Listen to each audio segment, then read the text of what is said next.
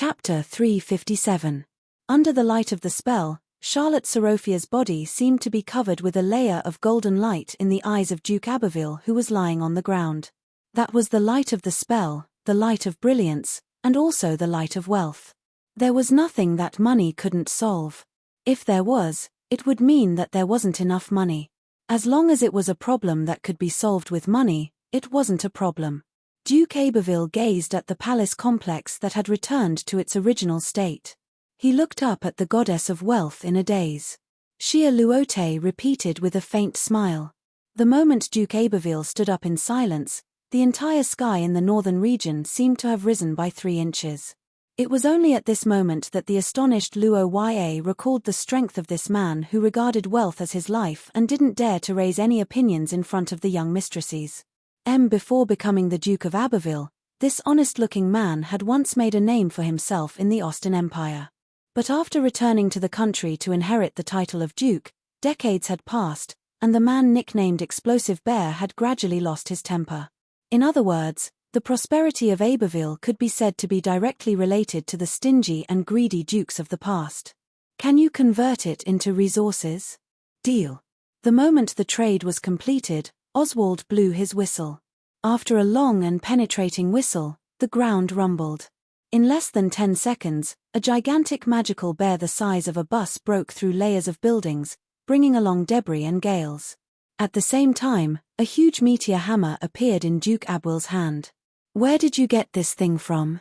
Gazing at the weapon in Oswald's hand, the black-haired young man was dumbfounded. But what surprised him more was that it wasn't just the gigantic bear that was coming. More and more bear-riding warriors were rushing over from afar. With a loud roar, Duke Aberwell rode a giant bear and charged into the battlefield with a meteor hammer.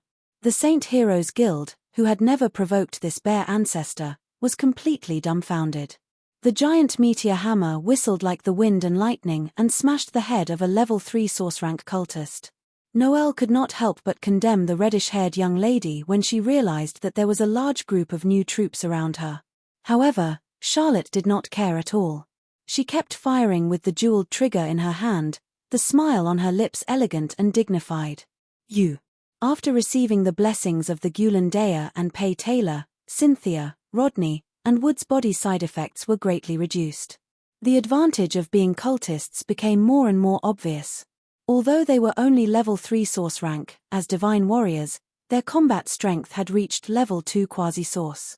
Looking at his subordinates who were about to die in the distance, Francis was burning with anger.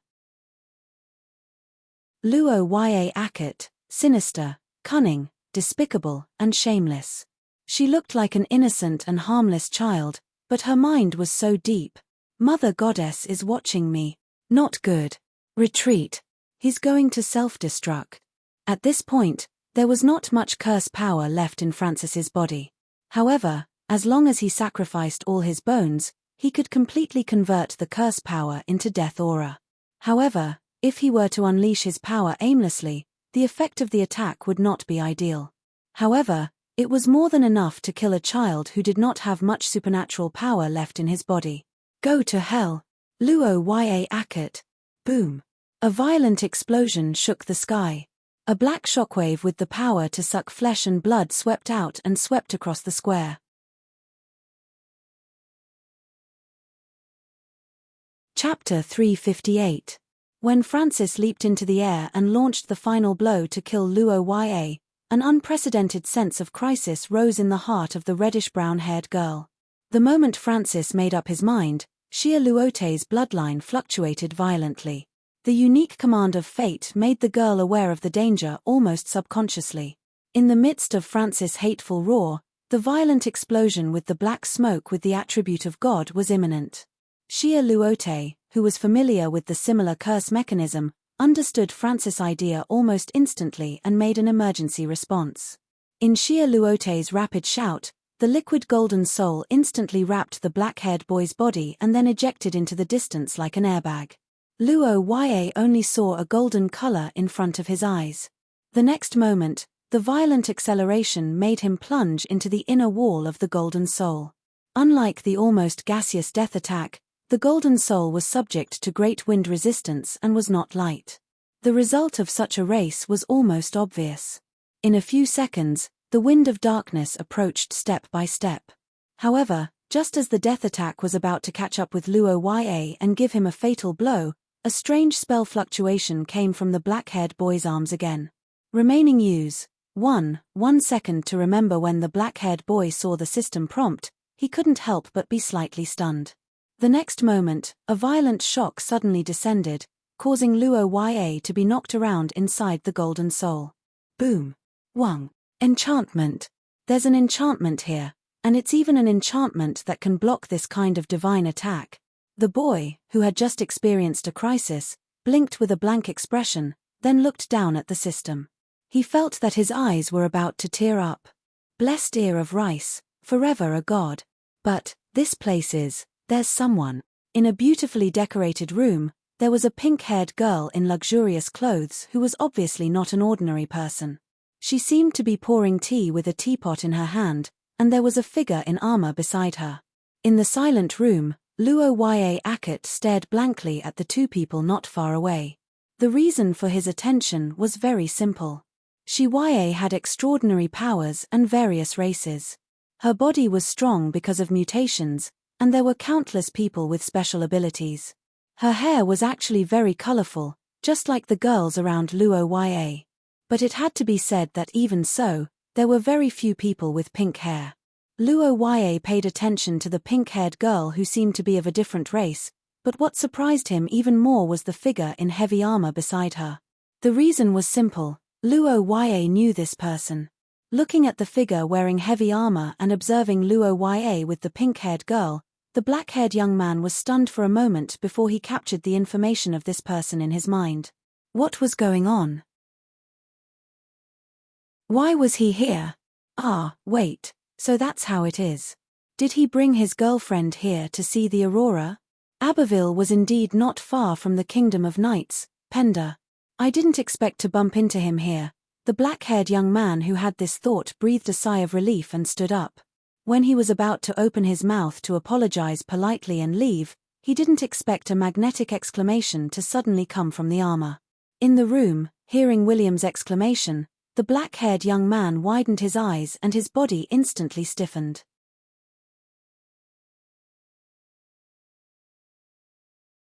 Chapter 359. In a dark room without lights, the black-haired young man stared blankly ahead. The aurora outside the window penetrated the glass and shone on the figure in heavy armor and the pink-haired young lady, adding a layer of different dreamy colors to them. What's going on? He knows me. It was normal for Luo Yue to recognize Williams. After all, he had never met him before, but he knew a lot of people. Williams' features were so obvious that it was hard for him not to remember. However, it was too abnormal for Williams to recognize Luo Yue. If a person knew the previous Luo Yue, then there might be some unknown fate between them. But if a person knew the current Luo Yue, then the problem was too big. The last person who knew him was the Sage Society that wanted to kill him. I see. You must be frightened when I suddenly called your name. But don't worry, Luo Yue Akut, we are your friends. Not bad. If your current state doesn't affect your memory, you should still remember our reminder in your dream. Hearing William's words, the black-haired young man couldn't help but reveal a surprised expression. After a slight pause, Luo Yue immediately recalled the nightmare he had on the way to the northern region. Looking at his reaction, the pink-haired young lady picked up the pen on the table and wrote something on the notebook. Then, she raised the notebook gently. Could it be that the one who spoke in the dream was you? Hearing this advice that always appeared at the end of the dream, Luo Yue stared ahead and couldn't help but ask in surprise. The pink-haired young lady didn't answer and only nodded again. Seeing this, Luo Yue fell into silence for a moment, and his tensed nerves relaxed slightly. It seems like the two people in front of me are really my allies, but why? Thinking of this question, Luo Yue raised his head and revealed a puzzled expression. As if sensing the young man's doubts, the figure in heavy armor spoke again. Treader of the ancient will? What are you referring to? Ever since Luo Yue learned of the existence of the Sage Society of the Twilight, this was the first time he heard this word from someone in this era. The black-haired young man could imagine what it meant. That's right, we are the descendants of the Twilight Sage Guild. Under the light of the aurora and the sparkling fireworks, the affirmative words entered the black-haired young man's ears. While he was shocked, he also sighed. Luo Yue had such a conjecture for a long time, but as he investigated the Philosophers' Association, he couldn't find anything. This contradiction made him suspect that he had guessed wrongly, but today, William's words proved his conjecture right. Are you the descendants of the members of the Twilight Sage Society? How could he prove this? You should know that in this era, not only friends but also enemies know this name.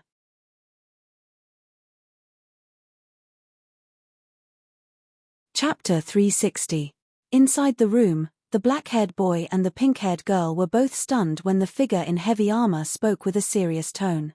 I'm sorry, what do you mean by joining? The Dawn Council. Luo Yue thought when he heard the name of William's organization, but he didn't answer. His golden eyes looked at Williams in front of him and he couldn't help but have a feeling in his heart. Although Luo Yue basically treated Williams and the others as his own people when he confirmed their identities, but even if they were relatives, it would take a few days for them to get familiar with each other. How long has it been since they met? They haven't even established a relationship of trust, and he suddenly said that he wanted to join an organization, as if he knew that his question was a little abrupt, or he realized that his introduction wasn't detailed enough. Williams was a little anxious. He thought for a moment and added, "The Dawn Council is not an organization that randomly recruits members. Instead, it has a referral system and strict examinations. However, for the descendants of the Wise Ones, the process is simplified. As for you, as an awakened of the Ackett family, you are qualified to join the council directly." Williams explained and said his thoughts. However, Roher, who knew the truth, couldn't help but smile bitterly. Or rather, even if the person who opened this barrier was someone he didn't know, Luo Yue would still barge in. But of course, he wouldn't say that out loud. In the end, how should he politely refuse? Luo Yue? The sound of searching for Luo Yue came with the wind and gradually became louder. The three people in the room paused simultaneously. The black-haired boy tilted his head and looked out of the window. He didn't expect the battle to end so quickly. Luo Yue, who thought of the reason, came back to his senses. He turned around and looked at the messy room and Williams, who was in front of him. He immediately thought of a solution to this somewhat awkward situation. "I'm very interested in the Dawn Council you mentioned, but as the acting lord of Ackett territory, I can't make such a decision easily. I think it's better for us to discuss this matter further. What do you think?" What's going on? Is there something wrong with what I said? Sorry, we don't want to have too much contact with the outside world for the time being. Luo Yue couldn't help but stare blankly at the words in Teresa's notebook. Williams was silent for a long time before he spoke again. "Can't trust? You mean Nuo Arya and the others?" "I was indeed too excited just now. It's normal for you to be confused when I suddenly invited you. Just pretend that I didn't say those words before. But don't worry, we'll meet again soon," the heavy-armored man said and gently saluted. Before Roher could react, he put his hand on the shoulder of the pink-haired girl. Teresa held the book in one hand and gently waved at Roher with the other. Then she spoke for the first time since they met. "Wait, you guys, the space spell was a rare spell that almost didn't exist in Shi-Ya. How could it be activated with just one sentence?" Such a thought flashed through Luo Yue's mind. What followed was a sudden explosion of light unique to the transfer spell. The black-haired boy couldn't help but cover his eyes with his hand. After a few seconds, the light weakened. Luo Yue slowly lowered his hand. Under the moonlight in the room, Williams and Teresa's figures had disappeared.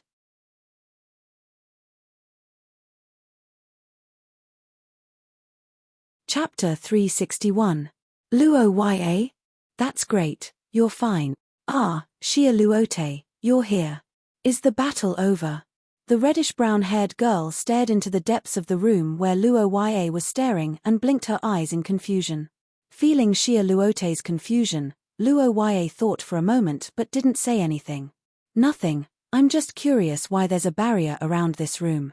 Maybe it's a hotel rented by some big shot. He's probably watching the aurora in the Blessing Square, haha. It had to be said that the deterioration of the competitive environment had brought about an inward-looking effect. In this era where there was only one sweet spot, the girls would resort to all means to win, and they were becoming more and more unscrupulous. 1 second remember this encounter with Williams and the others was a complete accident for Luo Ya, but in general, the advantages outweighed the disadvantages. At least it allowed him to obtain a lot of information in advance that he didn't know before. Although a worldwide crisis that could be labeled as such hadn't appeared yet, having an organization to deal with it was naturally better than not having one. However, what made Luo Ya a little concerned was William's identity. The reason why the Twilight Sage Society was so strong was that it was an organization that transcended the concept of a country. Everyone's actions were for the benefit of the entire human race, and even the intelligent life groups. At times like this, everyone's cohesiveness and purpose would be very strong, and the power that erupted would be very concentrated. Luo Ya felt that this was an important reason why they could overcome crises one after another. Luo Ya didn't know the answer to this question, but he felt that this possibility existed, and it was very likely. Unless the royal family of the Kingdom of Knights, Penda, was selfless, it was inevitable that public resources would be used for private purposes. Moreover, their attitude of not wanting to come into contact with outsiders was very strange. In the game Eye of the Recorder, there weren't any members of the protagonist's team in the encirclement of Luo Ya, only the male and female protagonists. This led to his main focus for so many years on Nuo Arya and the others, and basically didn't spend any effort on other people. Combining the game and reality, the teenager who understood William's actions sighed at the cowardice of the original Luo Ya, but then he couldn't help but be slightly stunned. He suddenly remembered that before leaving, the armored warrior said that they would meet again soon. I admit that I was a little too hasty.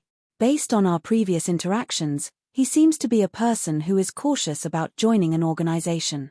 Yes, but originally, I thought that he had a chance to directly agree, but he failed. The feeling he gave me was a little different from what I had imagined. I can't describe it, but I feel like it conflicts with my ideals. Maybe it's just my imagination. This chance encounter with Luo Ya Akut was undoubtedly an unexpected situation, but this kind of encounter also had its advantages, and that was that both sides could see each other's true intentions without much preparation. Defining others based on your imagination and then being disappointed because they don't fit is not a good thing. Chapter 362. In the ruins of the Abbeville mansion, Luo Ya Akut was pondering over a mathematical problem of the century amidst the clamor of soldiers and the roars of war bears. The black-haired young man was engrossed in his thoughts. Behind him, the young ladies were in a mess. On the night of the silver moon after the aurora vanished, a silver-haired young lady pointed at the charred corpse of a cultist and questioned indignantly. The blonde young lady stood before her with a calm expression. She glanced at the corpse that Ari Lizzie pointed at and retorted calmly. "You think it's yours just because you say so? What a joke. You used a sword to slash it. Then you should let your sword speak. I should be the one saying that to you. We killed that director named Francis, so it's only natural that we get the most credit." On the other side of the ruins, Nuo Arya and Ari Lizzie were arguing over the issue of battle merits. The red-haired young lady was busy settling the bill for Duke Abbeville, Lillian was inspecting the corpse at the side, and Luo Ya was having a headache. As competitors, the girls naturally did not trust others. Therefore, the task of recording the results of the battle had been assigned to the 4 camps. However, the problem was that after the battle ended, the total number of enemies killed by the 4 camps was 77. However, the total number of enemies killed was only 6 to 9, including Francis who had been blown into ashes. The moment this universal problem appeared, Luo Ya knew that things would be difficult. And the facts proved it. After the battle ended, Nuo Arya and Ari Lizzie, who didn't have anything else to settle, started arguing. The other 2 young ladies probably did the same after settling their own matters.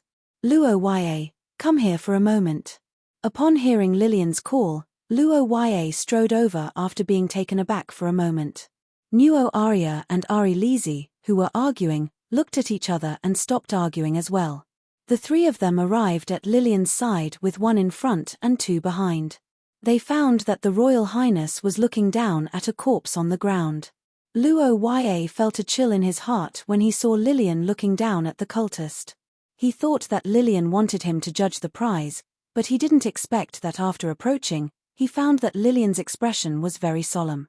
She didn't seem like she was going to protest at all.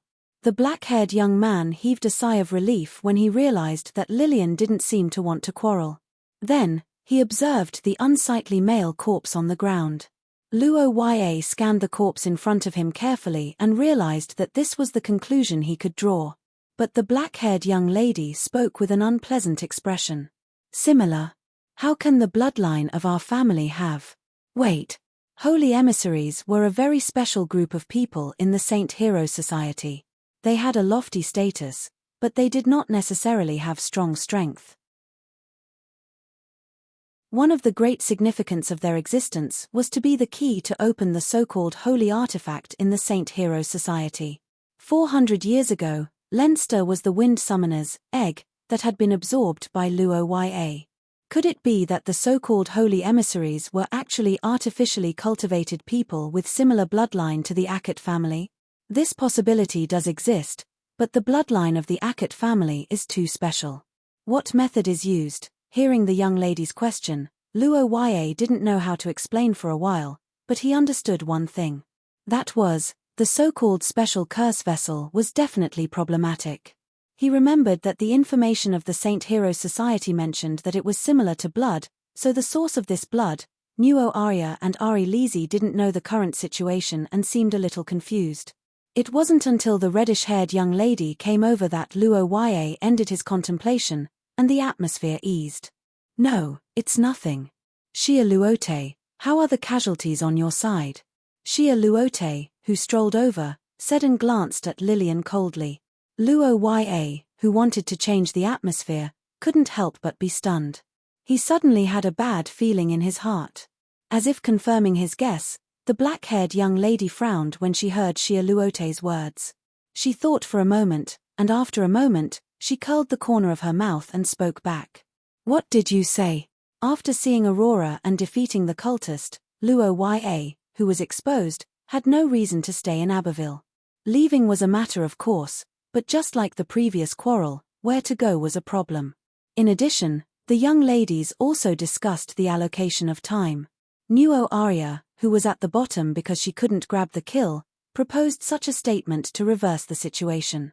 However, this idea was fiercely resisted by Ari Lisi, who had the credit of killing Francis. But that's what you said. What if my dear doesn't want to follow the first place? Hehe, Ari Lisi, do you still want to force him? What's the difference between that and the Austin kidnapper? Oh, who knows? Can your words be trusted? Are you kidding me? How can my brother not want to go home? No, my dear, you obviously want to go back to Rose with me. I'm officially hired. Don't you think so? My dear. Old woman, that's enough. My brother will definitely choose me. Isn't that right, my dear brother? Luo Yue's face stiffened as he looked at the young ladies who were gradually focusing on him. His strong desire to live made him feel as if he was standing on the edge of a cliff. Just when he was at his wit's end, the familiar fluctuation of the spell appeared again. Remaining use, 0, this is. Before the young ladies could finish their exclamations, Luo Yue's body had returned to normal. The familiar feeling of power once again descended upon him, and his brain felt much clearer. Holding the blessed ear of wheat that had lost its effect, the black-haired young man was very excited. Now, he could finally answer the young ladies' questions. Under the night sky, Luo Yue looked at the young ladies who were still in shock. Just like before, the corner of his mouth curled up and said calmly and gently, "I'm going back to Leinster. I'm going back to Leinster. It's time for class." Chapter 363. Father, why do I have to wear these things? Armor, that was something a child of this age would naturally not like. Moreover, this kind of armor was accompanied by a certain degree of pain, it was natural for her to want to take it off. Very simple, according to the ancient prophecy of the Three Races Alliance, there may be a great calamity in the future. As the successor, you must obtain great power, and hide your identity as much as possible. This armor was designed for this purpose. The man's answer was solemn and serious, but to the child's ears, it was no different than usual. The thin and weak child sadly lowered her head, and said with a choked voice, "You don't need to play, those noises will only weaken you, you only need to become strong." Silence once again filled the hall, as if feeling that his attitude was too harsh. After a moment, the man walked down from the throne, sighed and opened his mouth to explain. Oath. In other words, as long as I persevere until they reappear, it will be fine. The man pondered for a moment, reached out his hand and stroked the child's head, and smiled. In the dreamscape formed by the memories of the distant past, a name that had been forgotten for many years suddenly lingered in her ears, causing the sleeping girl to abruptly open her eyes and wake up with a start. Why did she suddenly think of her childhood? Was it because she took off her armor today? No, it's rare to take off my armor, I should have slept better. Is there a problem with my body? It was a healthy and beautiful body that had obviously undergone sufficient training. Slender and straight legs, a slim waist without any excess fat, a full chest, and a snow-white neck. At the top of the mirror, what was reflected was a dazzling and beautiful yet strangely dignified face.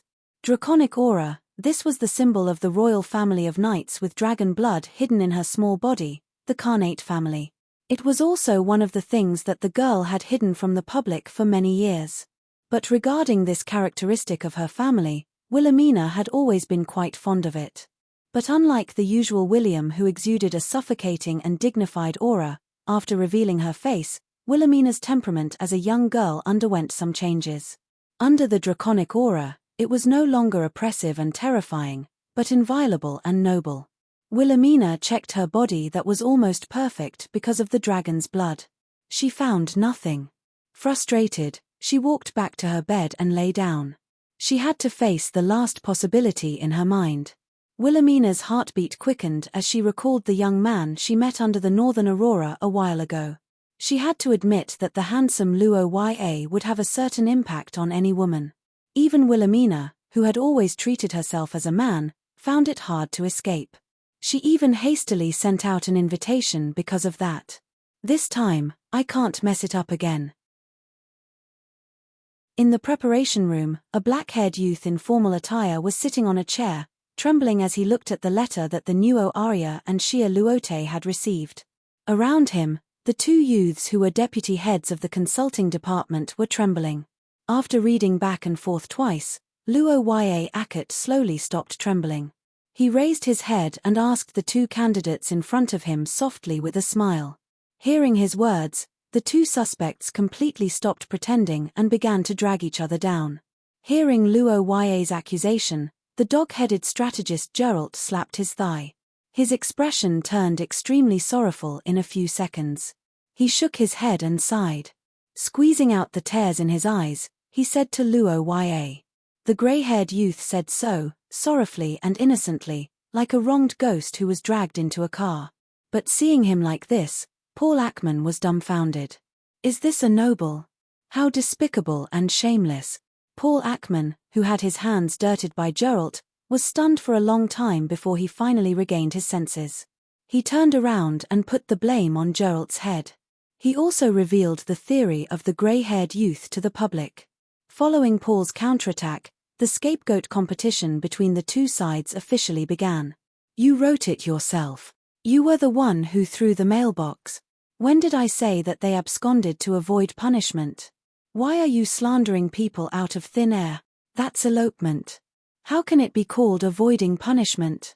Luo Ya, who had been listening for a long time, couldn't help but interrupt the two clowns in front of him. He looked at the two people who were silent after hearing his words, thought for a moment, and sighed helplessly. It was human nature to seek advantages and avoid disadvantages. When there was a problem, the two didn't pretend to be indifferent. Instead, they actively acted to help Luo Ya. There was no doubt that there was a decisive difference, especially when the problem was the elopement of the Austin Empire's princess and Luo Ya.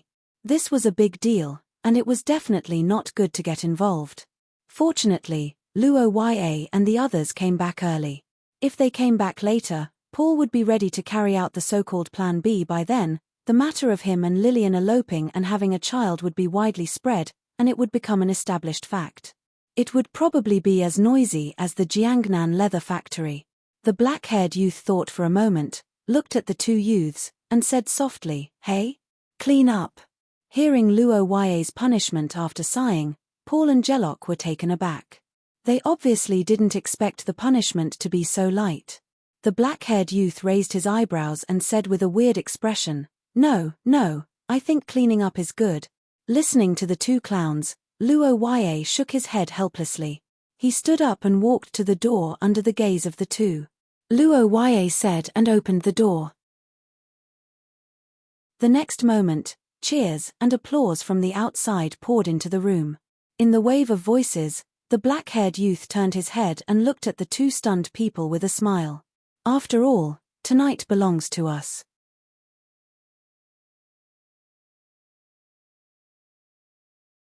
Chapter 364. Tonight, Luo Ya, Kate, Paul Ackman, and Gerlach Stevenson welcomed their first night in St. Freya Academy. Dean Antonio, whose white beard was almost touching the ground, was in high spirits. He wore a white robe with golden threads that he would only wear during a grand ceremony. He stood in the center of the auditorium and spoke to the students. In the face of such a report from an unknown source, Luo Ya, Kate, Paul Ackman, and Gerlach Stevenson didn't ignore it. Instead, they used it as a clue and worked hard to find out the truth. They also joined forces with the security department, which was still in conflict at that time, to observe for several days and successfully destroy the hidden cultist organization in the academy. As soon as Dean Antonio finished his words, the auditorium immediately erupted in thunderous applause. Luo Ya, Paul, and Gerlach exchanged smiles and stepped onto the stage. "That's right." Senior Lillian actually smiled. Such exclamations spread among the students of the Austin Empire, which made those who heard some rumors couldn't help but suspect the relationship between Lillian and Luo Ya. On the other side of the stage, a black-haired, blue-eyed young lady in a formal dress held a box in her hand and waited for Luo Ya. Luo Ya, Paul, and Gerlach walked to the front of the stage and lined up in a row. Dean Antonio personally presented the medal to the latter two, while Luo Ya, who was at the front, had the medal pinned on his chest by Melty, whom he had personally rescued. "No, this is what I should do. Protecting an upright and kind person like you and maintaining order in the academy is my responsibility as a preceptor. Sir Luo Ya, I'm from the Austin Empire. Can I join the Blue Rose faction?" Upon hearing Melty's request, Luo Ya smiled and replied. The young lady was touched. The girl said with tears in her eyes. The next moment, she stood on her tiptoes and kissed Roha's cheek under the watchful eyes of everyone. Oh. Although it was permissible for a lady to kiss on such an occasion, it still required a lot of courage for an Austinite to do so. Therefore, Luo Ya wouldn't avoid it even if he knew about it. Otherwise, he would become a fool who embarrassed the lady. In terms of publicity, this kind of behavior could also play a positive role. The award ceremony came to an end with Luo Ya and the other two as the finale. However, the enthusiasm of the students in the audience was even higher than before, because it was not the end of the ceremony, but the celebration banquet organized by St. Freya Academy, which was one of the reasons why many people came here. Such a luxurious store lineup could be considered a gourmet exhibition. It was too attractive for foodies, especially for a certain black-haired young man. Walking along the corridor leading to the banquet hall, Luo Ya Akat looked at the excited students rushing to the rows of tables. He tried his best to suppress his desire to eat. Nuo Arya, who knew him well, couldn't help but laugh. On the other side, Xia Luote also tried hard not to laugh. "Hey, you're a prince after all. Can you not be so embarrassing? This is Vivian's Surprise Restaurant's Rainbow Truffle Roast Chicken."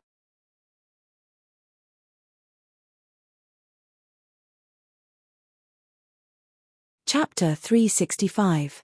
In the noisy banquet hall, while the students held their plates and focused their attention on the envelopes slowly falling from the sky, the black-haired Her Royal Highness had quietly approached her target. Looking at the sweet cake on the fork in front of him, the black-haired young man was shocked. He didn't expect that Lillian would dare to do this after returning to the academy. It was the clear will of Emperor Lucas to forbid Lillian from contacting the members of the Ackett family. Although it was still unknown why His Majesty issued this ban, there was no doubt that Lillian, as the Royal Highness, had to abide by it. At least, she couldn't take the initiative to contact them too obviously, let alone this kind of behavior that would expose her intimate relationship. Luo Ya, who was aware of Lillian's intention, was about to refuse, but before he finished speaking, Paul Aikman suddenly walked over. The young man held the plate and blocked the scene of the two making contact. Luo Ya was stunned for a while. Listening to Lillian's urging and looking at Paul's back, Luo Ya was stunned for a while. Worried that others would see him, he could only lean over and suck Lillian's fork in his mouth, then quickly return to his original position. As for the black-haired girl, she walked past the young man as if nothing had happened. The two just brushed past each other as if nothing had happened. Seeing that no one noticed Lillian's behavior, the black-haired young man breathed a sigh of relief, but when he turned his head to look at the girl leaving, he couldn't help blushing. Sure enough. Sister Royal should still be with brother Luo Ya. Paul, I hope you can help me maintain the basic contact with Luo Ya in the academy. The ace agent of the Luo Ya x Lillian fan club, Paul Aikman, encouraged himself in his heart, thinking about how to create good results in the future. On the other hand, Nuo Arya and Xia Luote were gnashing their teeth. Damn it. That woman actually found such a helper by Luo Ya's side. How despicable. Although Luo Ya had a good temper, it wasn't that he couldn't get angry. In fact, he was usually very dignified. The last time the three girls fought in rows, they stopped because they were afraid that he would be angry. It was only when he was younger that the girls dared to do whatever they wanted. Why is it suddenly so cold? Favorability plus 80, plus 50, plus 20, plus 40, plus 110. Once upon a time, Luo Ya had looked down on things like favorability points. After all, favorability points were different from things that could make one stronger after exchanging for gold coins. It seemed that favorability points were only useful for developing territories. However, after experiencing the battle with the Saint Hero Society and the dispute between the girls, a divine artifact had changed Luo Ya's perception. In this award ceremony, the actions of Luo Ya and the other two were made known to the public. After knowing what they had done to punish evil and promote good, the students in the audience naturally felt admiration, approval, and other emotions. And after seeing Luo Ya receive the award, they yearned for it and yearned for it. Director, thank you. No, I should be the one thanking you. In the end, this is the result of everyone's hard work.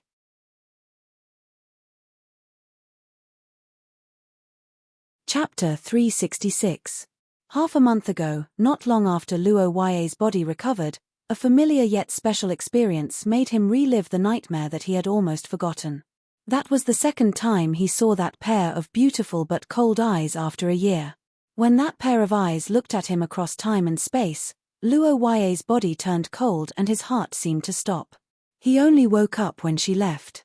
Of course, there was no such thing as love or hatred for no reason in this world. Luo Ya wasn't surprised that he was targeted by the Mother Goddess. After all, it was because he had absorbed the power of the oracles. However, it had to be said that being watched by the gods gave Luo Ya a lot of pressure and trouble. That was the problem of ancestor Estrella. One of the clues was the guardian, Antonio, who survived the war, and the other was the artificial elf Margaret.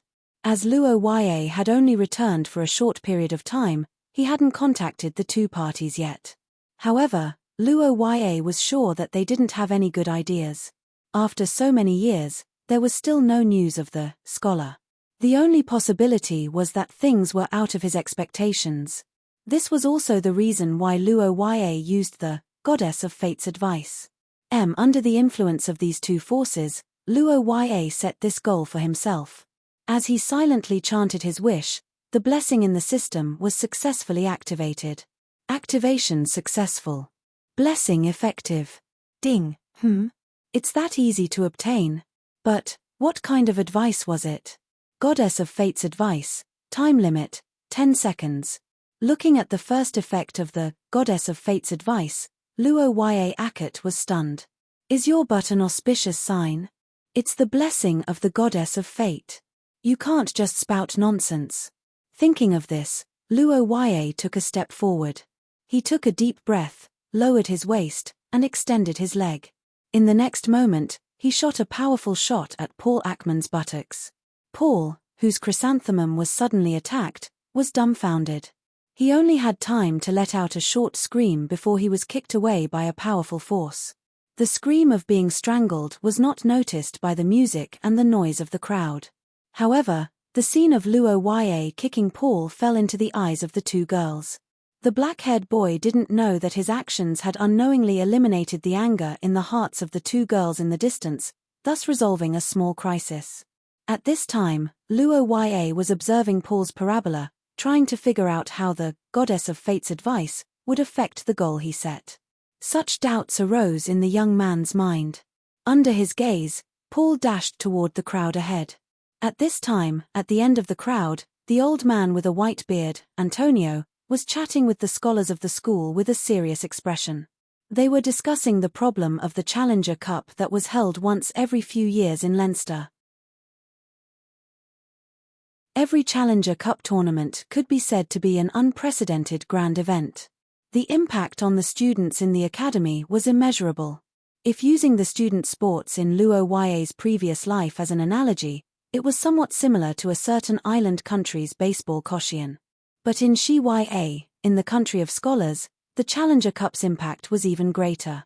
After all, in terms of scope, if a sport like baseball was based on all the citizens of a certain island country, then spells in Shi Ya were based on the entire human world.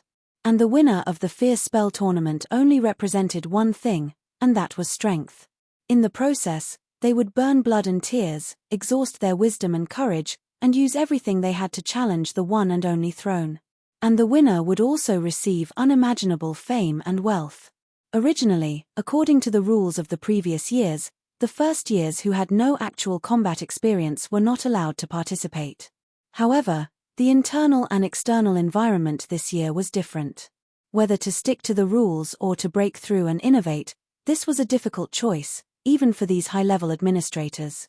Seeing that the long discussion was fruitless, Antonio, who was stroking his beard, suggested. However, he did not expect that before his voice died away, a figure had already rushed toward him. At the critical moment, Paul Aikman's figure flashed and descended from the sky.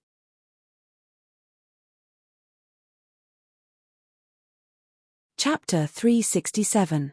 This year's first-year students were a little unusual. This was something that Dean Antonio had long known.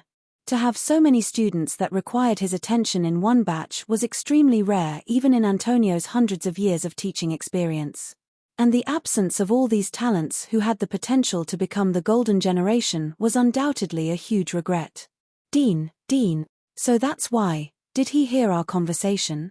Indeed, for Paul, as an illegitimate child, the Challengers Cup was a once-in-a-lifetime opportunity to prove his worth. It was no wonder he was so excited. Paul Ackman, you want to give us some suggestions, right? It's okay, don't be nervous. As one of the main characters of this banquet, you have the right to voice your opinion. I'm not. Paul, if you don't participate this time, will you have any regrets? This is interviewing my feelings on crusading against the cult. So that's why, these people I don't know are probably outsiders. They might even be the higher-ups of the other Leinster academies. So, this is a competition between the academies? The dean wants to use us to boost his momentum? Got it. Bragging, I can do it. Regret. I'll regret it for life. But you have to know, as first years, there's a certain degree of danger for you to participate. Sigh, the youngsters these days are really something. Listening to the words of the elders, Paul was even more certain of his guess. On the other side, Antonio looked at Paul with eyes full of admiration. The old man smiled and continued to ask. Rivals from the upper years. Security department. Although we're not as strong as the upper years, we have experienced guidance. We can defeat the enemy through experience.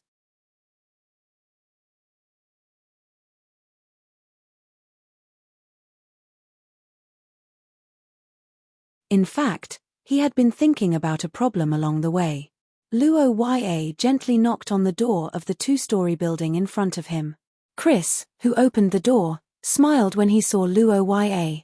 He held his forehead and sighed. Sorry, the banquet just ended. You did a great job this time. Thanks to you, I even have more content to write to you. Hey. This. While Chris was stuttering from Luo Ya's question, a silver-white figure suddenly rushed out of the room and threw herself into the youth's arms, interrupting Luo Ya's questioning. Big brother, I missed you so much. Looking at the girl who was excitedly rubbing against his chest like a small animal, Roha's heart began to overflow with pampering. He didn't say anything about it. Looking at the two of them who were so in love with each other, Chris couldn't help but smile. Chris smelled the sweetness and smiled ambiguously. On the other side, Ari Lizzie secretly made a gesture that everything was going well. But for a teacher, this problem didn't exist. Chris's teacher's dormitory was a standalone building. After his family and friends registered, they could move in.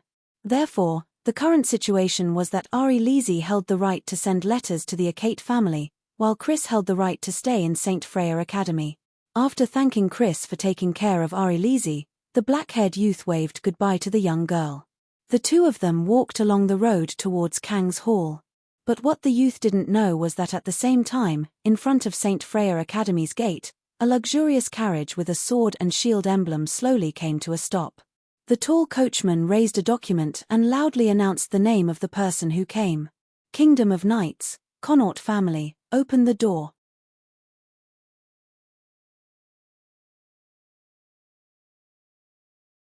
Chapter 369. There's a carriage in the middle of the night. Late at night, St. Freya Academy was no longer as noisy as it was during the day. The whole neighborhood was quiet, and the loud carriage was too conspicuous. Of course, it attracted the boys' attention. But what Luo Ya didn't know was that while he was looking at the carriage, the person in the carriage was also looking at him. In that brief moment, the armored figure in the carriage noticed Luo Ya. She stood up abruptly, but before she could stop the carriage, the scene she saw made her dispel the idea. Was it a little inappropriate? That girl was his adopted sister. But she remembered that students were not allowed to bring their family members. M. Williams stopped at this point. The teaching staff went forward and respectfully knocked on the door. After a slightly dull knock, the old man's voice came from the room. When the old man's voice responded, the door lock automatically opened, and Williams walked in. Antonio's closed eyes slowly opened, and looked at the girl in front of him who was wrapped in an inexplicable majesty. Honorable Sir Antonio, my father is doing well, thank you for your concern. As Antonio spoke, he couldn't help but sigh softly as he recalled the past. Hundreds of years had passed. He had once witnessed the calamity of life, and he was about to witness a new cycle of reincarnation. The smoke and dust of history had passed, but most of his old friends were no longer around. Williams fell into silence as he sensed the deeper meaning behind Antonio's words. The accompanying staff members quietly left the room after the two started their conversation. After the door closed, the young lady finally spoke again. Duty. Hehe, it seems that he is very strict with your education. So, Williams, this time you suddenly came to St. Freya Academy, is there anything I can help you with? Transfer school? The Kingdom of Knights has its own academy, you are. I remember, there is a report on Luo Ya Akate from my side, right? Looking at Williams, the white-haired old man was unmoved, but he couldn't help but sigh in his heart. Luo Ya Akate, this was the bloodline awakener of the ancient family after hundreds of years. As the founder of the Twilight Sage Society, his appearance had attracted the attention of the remaining forces of the Sage Society and the hidden families since a few years ago. But because he had been living in seclusion, there were only speculations and rumors at that time. Originally, Antonio should have used his identity as a middleman to introduce Luo into the circle of the Kingdom of Knights, and let him enter the eyes of the hidden families, let the shadow eagle of the ancient Austin Empire soar again, and let the King of the Darkness regain his glory. But as of now his understanding of Luo, Antonio's thoughts gradually changed. And another more important reason was that Luo Akut showed Antonio a brand new possibility. With this young man as the center, the people gathered around him had unknowingly formed a mysterious force. This force was so huge that it had even reached the point where it could influence the world to a certain extent, and it was still growing rapidly. And what shocked Antonio the most was their response to the crisis. In this process, the hatred of the country was put aside, and the conflicts between religions were also put aside. For the same goal, they worked together at that moment. This scene was simply a miracle for Antonio, who was used to seeing the internal division of humans. Since the Great Migration, the various forces of the human world had never gathered around one person like this. If this force were to fully mature, looking at Williams who was waiting for his answer, Antonio pondered for a moment and slowly opened his mouth. "Yes, but I have a condition."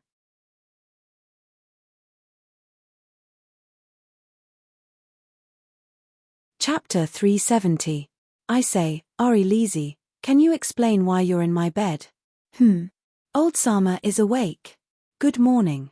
Don't you think you've been using this trick too much recently?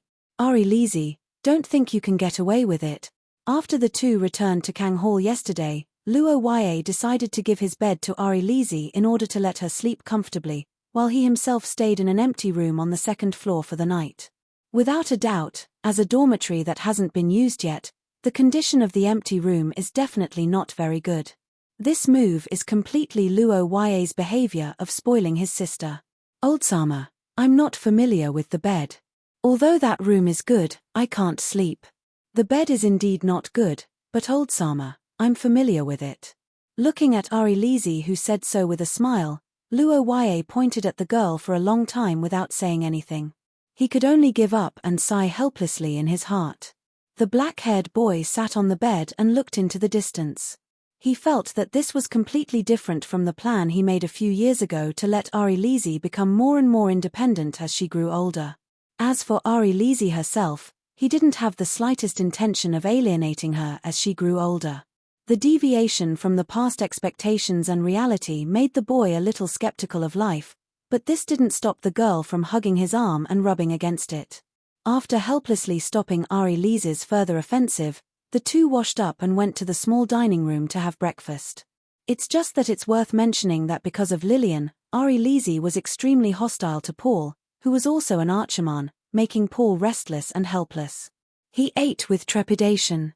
Later, Luo specifically chatted with Ari Lizzie and told her about Paul's situation, only then did she ease up. Of course, not looking for trouble is not looking for trouble, but when eating, she still has to sit far away. Don't even think about looking good, but this is probably the limit of what the girl can do. Ah, Minister, Miss Ari Lizzie, good morning. Looking at the young man with dark circles under his eyes like a national treasure in his previous life, Luo raised his eyebrows and looked puzzled. And opposite Gerok, Paul also had the demeanor of an immortal and stood out from the crowd.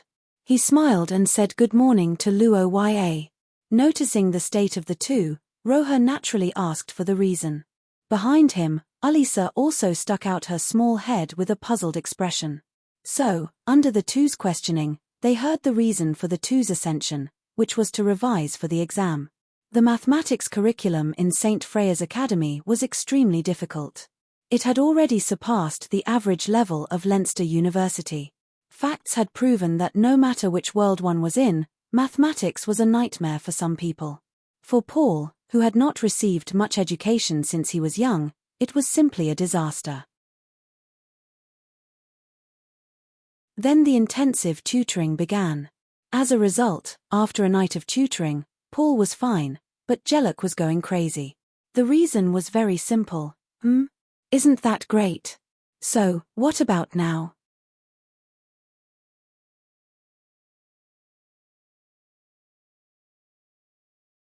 Chapter 371.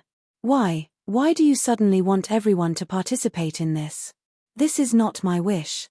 It's the request of the dean, Antonio. That's right. Last night, Williams, who was the fastest to travel, went to meet with the dean of St. Freya's Academy and former member of the Twilight Sage Association, Antonio. This action was originally intended to gain his support.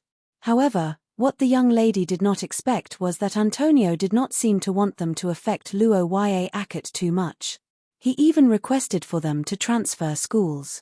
As a result, the number of students transferred from St. Fran's Academy in the Country of Knights increased greatly. Teresa was naturally one of them. However, the young lady was not happy about this situation. Instead, she was deeply worried. Therefore, the so-called hidden families were not some heroes living in seclusion in a village. They did not live a miserable life. On the contrary, most of them were famous nobles in Penda, the Country of Knights. As for why they wanted to hide their bloodline, the reason was very simple. Many of the hidden families' bloodline came from other races. While they had great strength, there were also drawbacks. However, what if the bloodline was unstable, had drawbacks, and even violated some of the public morals and common sense of mankind? Under such a comparison of benefits and risks, many families with other races' bloodline began to keep their own situation a secret.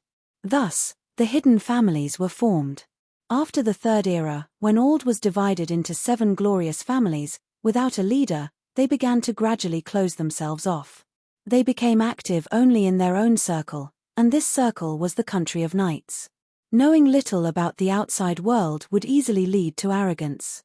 One of the results of this situation among the younger generation was that many members of the Dawn Club in St. Fran's Academy were not ordinary problem children, but super problem children. In the meeting room with the curtains drawn, both sides of the long table were already full. Including Williams, there were a total of 7 people. However, unlike the usual quiet and serious meetings of the mysterious organization, this meeting was unusually noisy. How troublesome. On one side of the table, among the 7 people, a short brown-haired young lady said as she narrowed her eyes. The murderous intent in her eyes could not be concealed. Hearing her words, the black-haired, red-eyed young lady on the other side of the table was stunned for a moment before she happily agreed. Right. That's the former leader's family. If they want to lead us or something, isn't it natural that they are stronger than us? Then the simplest way is to fight, right? Looking at the brown-haired girl, Williams said in a heavy tone. But after hearing her words, the brown-haired girl named Selena didn't remain silent. Instead, she widened her eyes that were shining brightly in the darkness. The combat prowess of that clan's awakened is known to all throughout history. Moreover, just the fact that they're awakened from the Akut clan is enough to make them qualified to lead us. Their previous clan, the Ard clan, had many achievements. Juliana squinted and licked her lips, interrupting Williams and caressing her cheeks. Upon hearing her words, the Penda nobles began to get restless. Haha, you're right. If that's the case, we might as well make our move during the school transfer ceremony. Kill him, or...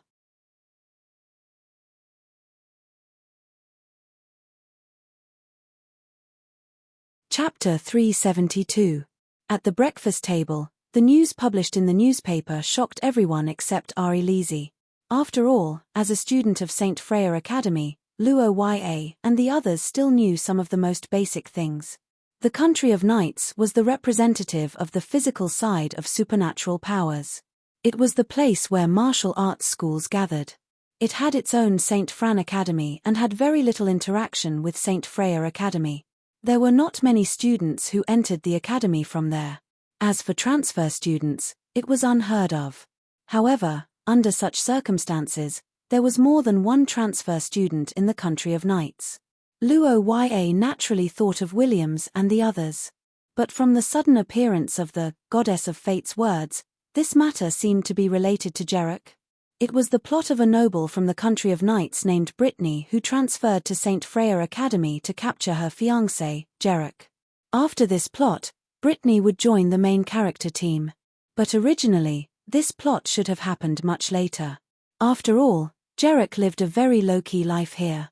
Under the circumstances where he concealed his identity, no one would be able to find him for a while. But now, it's nothing. Eat more. Looking at the doubtful military advisor Jerek, Luo-Ya, who could roughly guess what would happen in the future, showed a caring expression on his face. He personally handed a piece of bread to Jerek. The youth who received the bread was confused. Somehow, he felt that the atmosphere of this breakfast had become strange.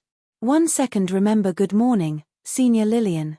Hearing Luo-Ya's greeting, Lillian, who was still sitting in the front row, gave a faint reply. Her expression did not change, as if it was just a polite greeting. However, what outsiders did not notice was that after the greeting, the corner of the black-haired girl's mouth couldn't help but curl up. Her mood seemed to be better all of a sudden. By the way, have you guys seen today's school newspaper? My friend in the school newspaper said that this news was given by the dean. I heard that there will be something more important to announce in the afternoon assembly. The arrival of a transfer student, even if he came from the country of knights, shouldn't be important enough for the dean to send a message to the newspaper. Antonio's action gave Roja a feeling that he was reminding him so that he could be prepared. The black-haired youth made up his mind. As Chris entered the classroom and started the class, the chatter between the students quickly ended.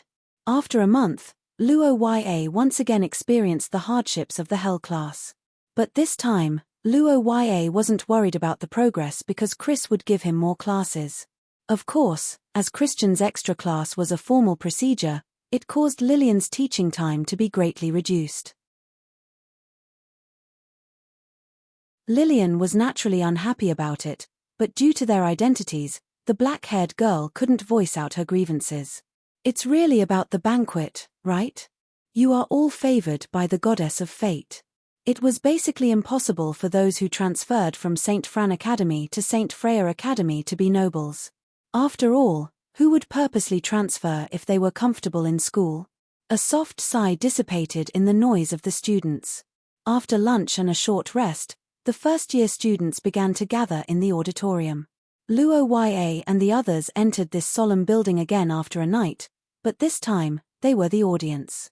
Last time, Paul made Antonio and the others change their minds. What kind of reaction would his words cause this time?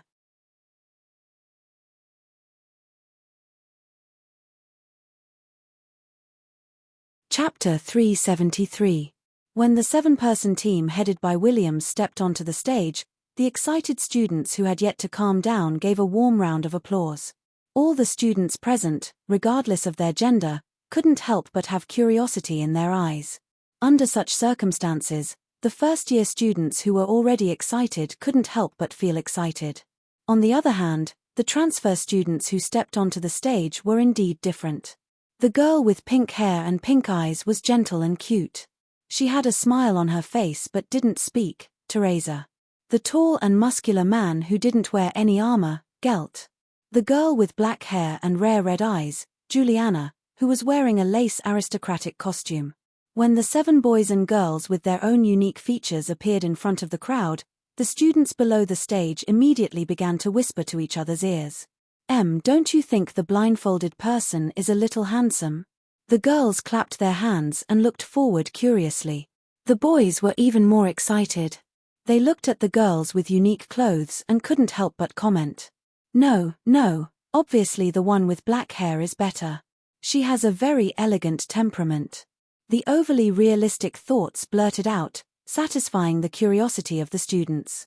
However, in the audience, beside Luo-Ya, the grey-haired boy's reaction was completely different from the other students. Looking at the golden-haired girl on the stage, Jelok's face turned pale and he trembled like a sieve. He never thought that the transfer from the country of knights was not a student who couldn't stay there anymore, but a big noble of Penda. Among the 7 people present, except for Williams of the royal family, everyone was the heir of a great aristocratic family, especially Teresa and Brittany. Both of them were the daughters of the Duke's family. But this wasn't the main point. The main point was that Gerlach absolutely couldn't meet one of them. The grey-haired boy looked at the girl who was engaged to him on the stage. He covered his mouth with both hands and began to chant crazily in his heart. He tried his best to stop his body from trembling instinctively. At the same time, his mind sorted out a set of reasons why he didn't need to escape now. Looking around the crowd, Gerlach, who felt the sense of community security, breathed a sigh of relief. However, the young man didn't know that the nearby crowd might have provided him with a protective color, but these were far less dazzling than the bright lights around him. On the stage, Williams, who was dressed in heavy armor, looked at the crowd. Almost instantly, she made eye contact with the young man in the audience seats. Following the guidance of her aura, the other 6 people also found the target of their trip. Teresa waved her hand downwards and revealed a sweet smile in Luo Ye's direction. However, when she saw the grey-haired youth beside Luo Ye, she was slightly taken aback. For some inexplicable reason, she felt that he was somewhat familiar. The moment she remembered Garek's identity, the girl's pink eyes suddenly widened, but it was too late. Beside Teresa, the heroic blonde girl's body was already surrounded by a thick curse power, and she rushed out like a rocket with a roar. On the other hand, Gerlach himself was dumbfounded when he saw the situation. Shortly after, he was scared out of his wits. He instinctively wanted to escape, but it was too late. Boom! It was a pair of golden, mysterious, and majestic eyes. The pupils were like candlelight that flickered with a radiance that could see through one's heart. They were indifferent as though they didn't contain any emotions, but they weren't as sinister as reptiles. Under the gaze of these eyes, the young lady's anger and resentment dissipated rapidly as though sealed in ice. The heavy pressure brought Brittany back to her senses. Realizing that she had lost her composure due to the influence of her bloodline, Brittany fell to the side while Gerlach looked at his minister with gratitude. It was only at this moment that the students finally reacted. Amidst the screams, they scattered in all directions and distanced themselves from Luo Ye's group.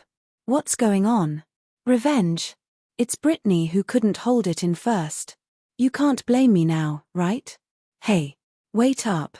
However, before the excited Selena and the joyful Juliana could challenge the young man who stood motionless, a holy, dazzling radiance and spatial ripples descended at the same time.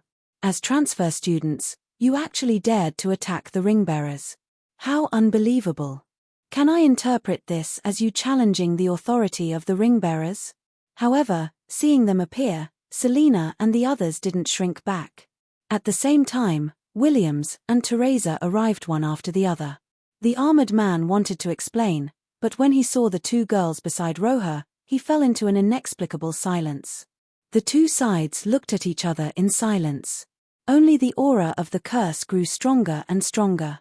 On the seemingly forgotten ceremonial stage, the white-haired elder gazed at the 2 parties with a glint in his eyes.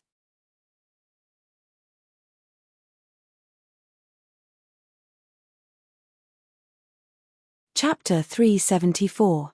Inside the auditorium, with the black-haired young man and the armored Williams as the center, the 2 major factions glared at each other with swords drawn.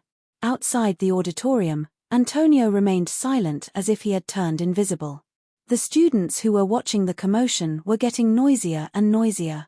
If it weren't for the goddess of fate's suggestion, Luo Ya would have had to accompany Ari Lisi for lunch today. As a result, he would have entered the auditorium alone. Correspondingly, Gerlach, who wasn't the target of the Country of Knights, wouldn't have been exposed. The auditorium would have ended peacefully with applause. Gerlach didn't need to run anymore, and Luo Ya didn't need to chase after him because he had been exposed. Due to Brittany's actions, some people in the Country of Knights seemed to have changed their attitude toward Luo Ya. Brittany's loss of control was similar to a broken window effect. As she wasn't stopped in time, she became an example. The young girls named Selena and Juliana began to break free from William's restraints and reveal their true natures. Nuo Arya and Shia Luote were also alarmed by Luo Ya's involvement. The members of both sides swarmed into the auditorium, which led to the current confrontation. If Brittany had attacked Luo Ya, the young man could have laughed it off after defending himself. However, the one who was attacked was Gerlach. Naturally, Luo Ya couldn't forgive Brittany on behalf of others, nor could he hand Brittany over to take the blame. Your Highness Williams, Miss Teresa, long time no see. Please allow me to express my gratitude for your help in the north. Long time no see, Luo Ya. What, an acquaintance? Your Highness Williams, some of your members were too excited about transferring to another school, which led to some misunderstandings between our friends. I don't think this was the country of Knight's intention. What do you think? Williams apologized politely, which made Luo Ya sigh in relief. However, before the young man could rejoice, the armored figure suddenly looked at Nuo Arya and Xia Luote with hostility in his tone. What? As everyone knows, the country of Knights believes in strength. Although we are now in a foreign country, we have no intention of listening to the instructions of the weak. Only the strong can gain our respect. We haven't fought yet, so I don't know about these things. With William's sudden provocation and his public declaration that he would not listen to the ringbearer's declaration, the audience was in an uproar. Nuo Arya took a step forward and asked with an angry smile. Xia Luote reached into his arms and grabbed the bottle containing the golden soul. So, we can go now, right? I've been waiting for a long time. As a warrior who pursued battle and slaughter all year round, Selena was always interested in the strongest of her enemies, just like Miss Angel who was overflowing with curses. However, before she could launch her attack, a sudden heavy pressure mixed with a bone-chilling coldness suddenly appeared from the side. When the young lady turned her head and focused on Luo Ya, the black-haired young man looked at her for the first time. When his golden eyes landed on the brown-haired young lady, several shadows suddenly appeared in the young lady's eyes. What followed was an intense fear that aroused Selena's instincts.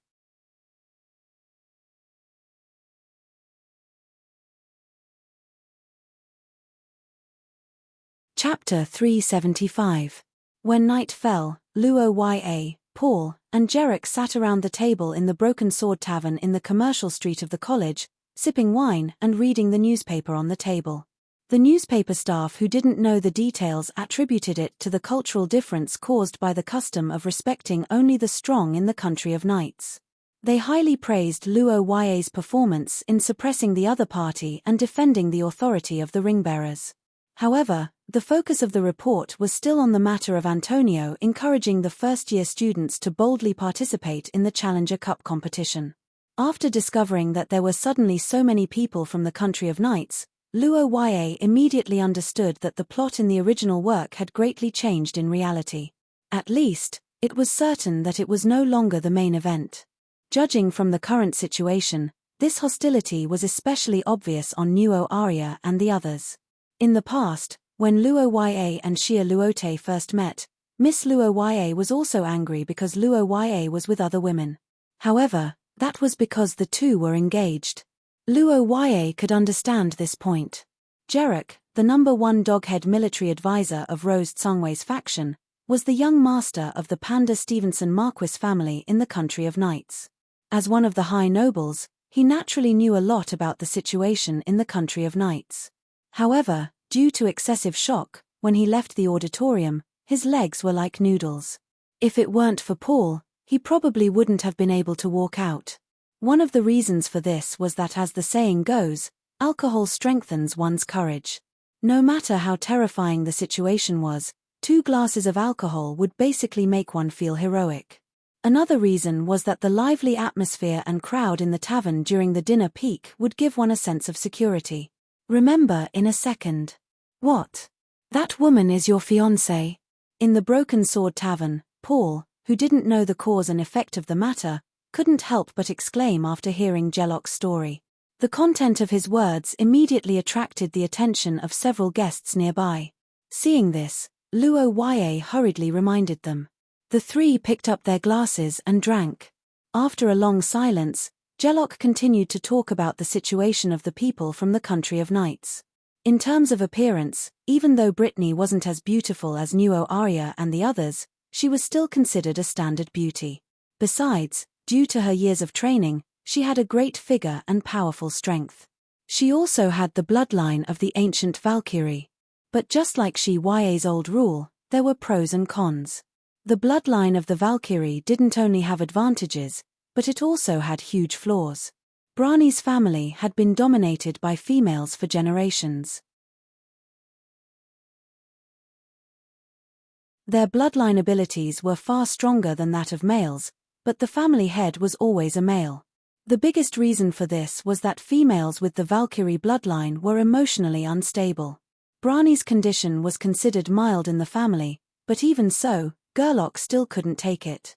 As a girl's gift, it does seem a little bloody. But the country of knights has such a custom, so it shouldn't be a big deal, right? No, that's not the main point. The main point is, when she returned, she was covered in blood and told me that if I had a change of heart, I would end up like these magical creatures. After hearing the grey-haired young man's words, Paul's hand froze in mid-air. His eyes revealed fear. Luo Yue took a sip of wine and sighed helplessly. That's right. Back then, the young Brani asked her mother for advice on how to make Gerlach like her. If she were in an ordinary family, this wouldn't be a problem. After all, the older, the wiser. But the problem was that this happened in the Lund family. Brani's mother was also a Valkyrie and was much sicker than Brani. With their current relationship, it was obvious that they couldn't resolve this misunderstanding on their own. If no one interfered, perhaps Brani's engagement would be broken off and she would turn completely evil. When that happened, Gerlach's life would be in danger. Luo Yue, who wanted information about the others, started asking questions. Gerlach listened and told them one by one. However, compared to the Lund family, who knew everything about Brani, Gerlach's information was lacking. There's actually such a thing? How mysterious. But it was better not to know about the secrets of the royal family.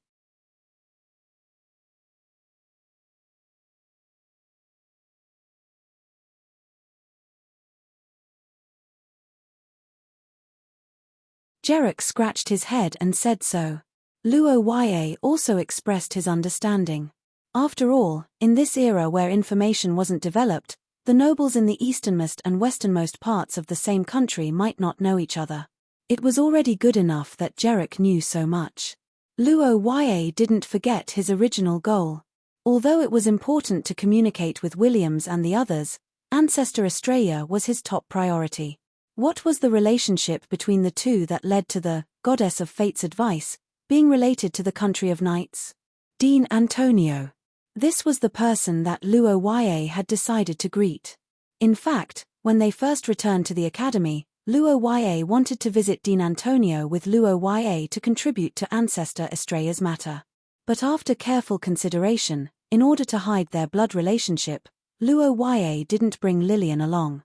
Strolling through the campus at night, the black-haired young man entered the office building where the higher-ups of the academy were located. After showing the ring on his finger to the staff, the special treatment of the ring-bearer in St. Freya Academy played its role. Luo Yue's request for a meeting was immediately sent upstairs and he received a quick reply. After the meeting was approved, the staff's attitude became more attentive. Luo Yue responded with a smile. Both of them went all the way to the door of the dean's office. After knocking on the door and receiving permission, Luo Yue entered this place that could be called the core of St. Freya Academy for the first time. In the classically decorated office, the white-haired old man sitting behind the long table said so with a smile when he saw Luo Yue. He had already expected his arrival. Under such circumstances, it was reasonable and also the most efficient way to seek help from Dean Antonio. Helping Luo Yue and getting closer to Luo Yue was also something that Antonio had to do for a long time. Was it William's problem or the country of knights? Dean Antonio, I want to ask you something. The gloves that Ancestor Estrella gave you, do you still have them? ? As soon as Luo Yue's voice trailed off, Antonio was stunned.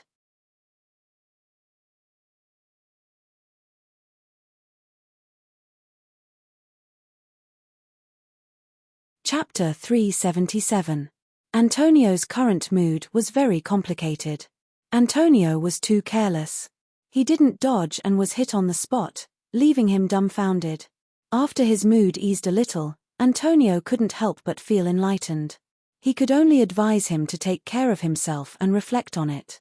Don't play these tricks. When it comes to exposing the dark history, harmony is the most important thing. After the initial shock, Antonio immediately thought about how Luo Yue knew about these things that even he had almost forgotten, as well as his teacher, Istrid.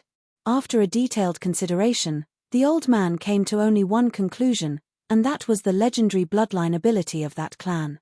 400 years ago, a member of the Dusk Sage Association, codenamed Guardian, told me. After listening to Luo Ye's answer, Antonio's face revealed a wry smile, but at the same time, his mood was lifted because after Luo Ye experienced that period of time 400 years ago, the biggest communication barrier between Antonio and him disappeared. Assisting in awakening a powerhouse of unknown origin, no matter who it was, this kind of thing would be very cautious. After all, if the awakened powerhouse was an extremely vicious person, then it was likely that it would cause a great loss of life. But if one had a certain understanding of the other party and could confirm that both parties were related by blood, this kind of thing was much simpler. I'm here to ask you, Guardian, Antonio, my ancestor, Istrid Ald, what's the situation now? Is the problem she's facing related to the remaining forces of the Kingdom of Night Sage Society? After listening to Luo Ye's question, the white-haired old man sighed and said so. He couldn't help but reveal a little sadness on his face. After thinking for a moment, Antonio slowly told the truth of the matter. What? In Leinster 400 years ago, without Luo Ye presiding over it, the morale of the Saint Heroes Society was very low. In fact, it didn't last long at all. After the Saint Heroes Society's forces were eliminated, the Brotherhood of Redemption launched a siege on the inner city. At that time, the battle was very tragic, and the defenders suffered heavy casualties. The battle that followed was a nightmare that haunted the old man for hundreds of years. The shattered city, the fallen comrades, and countless ordinary people were scattered in the aftermath of the impact of Pulist's curse power. At the end of the battle, it was the scene of Istrid fusing with Chaos Dream. But it's a pity that even the attack of such a shameless person was unbearable for the fragile Chaos Dream. At that time, Madame Istrid, who was severely injured, took the initiative to fuse with the Chaos Dream, in order to protect this treasure that concerns the future of mankind. She used her Dream Demon attribute to restore it automatically at daybreak, but because of that, she fell into an eternal slumber. After this battle, Leinster was almost reduced to a dead city. St. Freya Academy automatically restored itself after daybreak due to Estrid's dream enchantment, but there were less than 100 survivors in the academy. And of course, the tragedy of Leinster had a profound impact on the history of mankind. For that reason, the Human Alliance had even stopped their counterattack against the other worldlings, setting up a special investigation team to hunt down the cultists in their ranks and carrying out a great purge.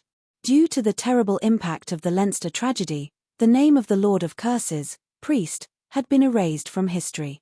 Hundreds of years had passed, and there were very few who knew the truth of that incident. After hearing the whole story of the tragedy of Leinster, Luo Ye asked Istrid about the reason why she couldn't wake up. The answer he got was that Estrid's behavior wasn't within the plan, which left their artificial elf, Margaret, at a loss on how to deal with it. At that time, the other reason was the opposition from the Twilight Sage Association. However, in the face of so many difficulties, Antonio didn't give up. In order to save his mentor, he devoted himself to studying Chaos Dream for hundreds of years. As his research deepened, he finally came up with a feasible solution. The blood of ordinary Akot tribesmen is useless. They are very different from the Ard family from 1,000 years ago. Only the awakened bloodline that is closer to the origin will work. That's right, that's you. Another dream demon bloodline in the country of knights. Upon hearing Antonio's words, Luo Ye narrowed his eyes and his pupils contracted abruptly.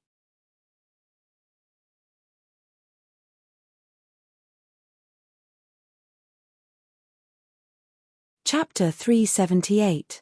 Luo Ye looked at Antonio with a serious expression, and the latter nodded affirmatively.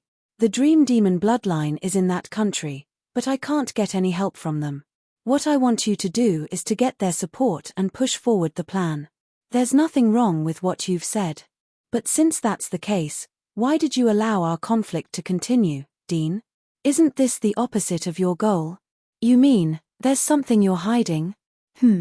Naturally, Roher heard the word school before, but as a traditional jutsu master, his knowledge of martial arts is limited, it's almost a blank.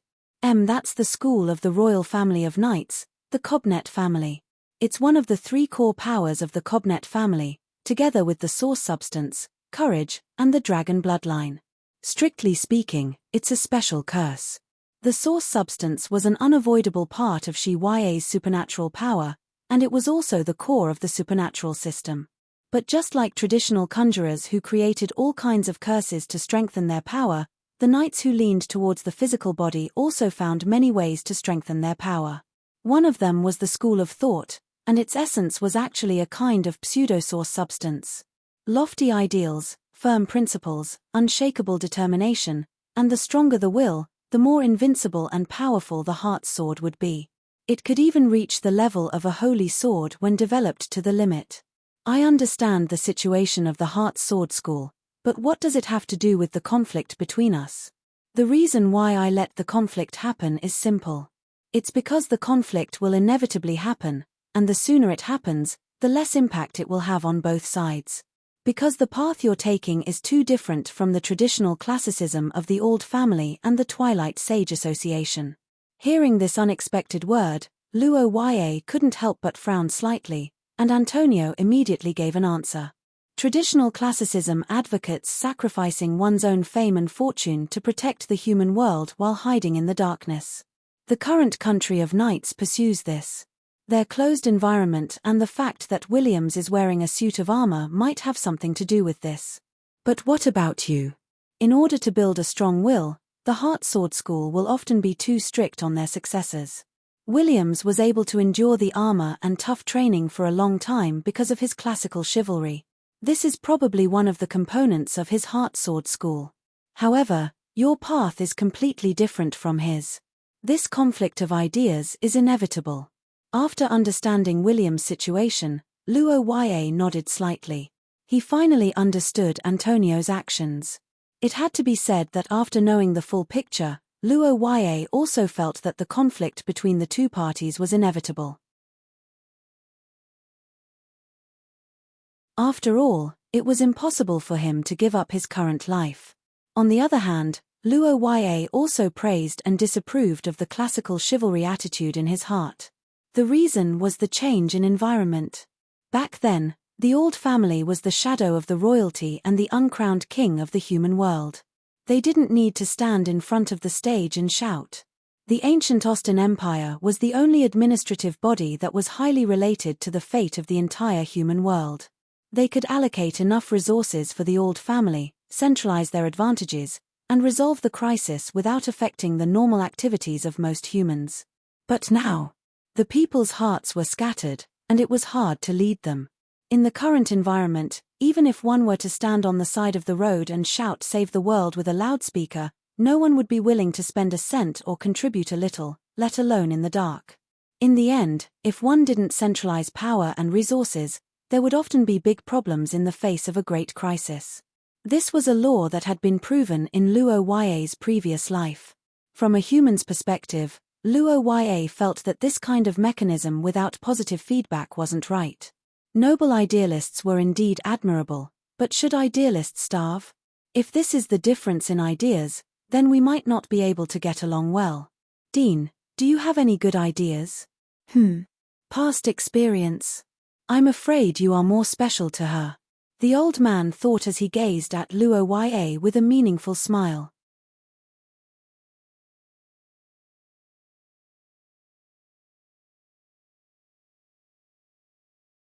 Chapter 379. On the street at night, Luo Ya strolled around the campus with a cane in his hand. He recalled the inexplicable look from Dean Antonio before he left and felt something was wrong. It was unrealistic to tell others his thoughts without reservation unless the two parties had enough trust, which Luo Ya and Antonio obviously didn't have. Listening to the noise of the students walking around at night, Luo Ya strolled away from Antonio's office building after a detailed discussion and walked in the direction of the mantra station. However, before he walked far, he suddenly heard the sound of the system bell. The advice of the goddess of fate, her? Drink juice. Although the conversation with Antonio was easy, the two sides were not close to the point of drinking tea and chatting. After wasting a lot of time talking, Luo Ya didn't drink a drop of water, which made his throat a little uncomfortable, and the dried nuts he ate before coming here made him feel a little angry. Full of doubts, Luo Yue thought for a moment and changed his route. He followed the nearby crowd into the commercial street and found that it was the most lively time of the commercial street. It's actually so lively. Looking at the absolute majority of the gathered crowd, Luo Yue couldn't help but sigh at the merchant's grasp of the appearance of the food. Just when he was wondering why the advice asked him to come here, a familiar figure appeared in the crowd in front of Luo Yue's eyes. At night, with so many people buying, it was difficult for the girl who couldn't speak and could only write to communicate. She may also attract the attention of others, especially after the conflict with Luo Yue and others in the afternoon. As a transfer student, she was too conspicuous. It's so beautiful, do you want to try that? I see, then I'll buy it for you. Hearing the sudden question, the girl who nodded subconsciously was slightly taken aback. It was not until this moment that she finally recovered her senses. Teresa turned her head and looked at the side in surprise. When she saw the black-haired boy beside her, she couldn't help but widen her eyes. Good evening, Mr. Luo Yue.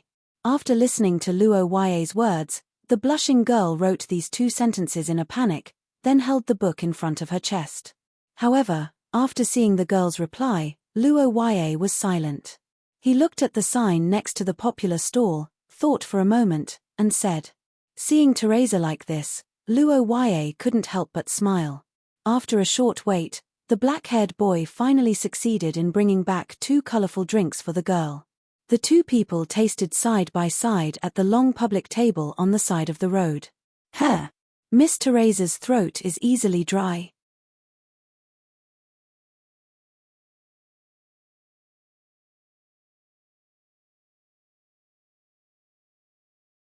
Chapter 380. He's been waiting for you. Williams is waiting for me. What does that mean? If she wanted to explain this sentence, it would be difficult to avoid touching on some of William's secrets. Although Roher should be very reliable from his standpoint, this kind of thing wasn't something Teresa could decide to say. Thinking of this, the girl sighed and slowly shook her head toward Roher. The black-haired boy saw this and tacitly didn't ask again. He nodded and picked up the cup and drank the juice. Such a thought flashed through Luo Yue's mind and made his heart feel heavy. But after looking at the young lady beside him, he sighed in relief. Teresa was one of the core members of the group from the country of knights. She was also the most normal person Luo Yue felt. It was important for Luo Yue to establish a good relationship with her. Thinking of this, the young man understood the importance of this suggestion. But then, a question appeared in his mind. 1 second to remember. Teresa, are you visiting the academy?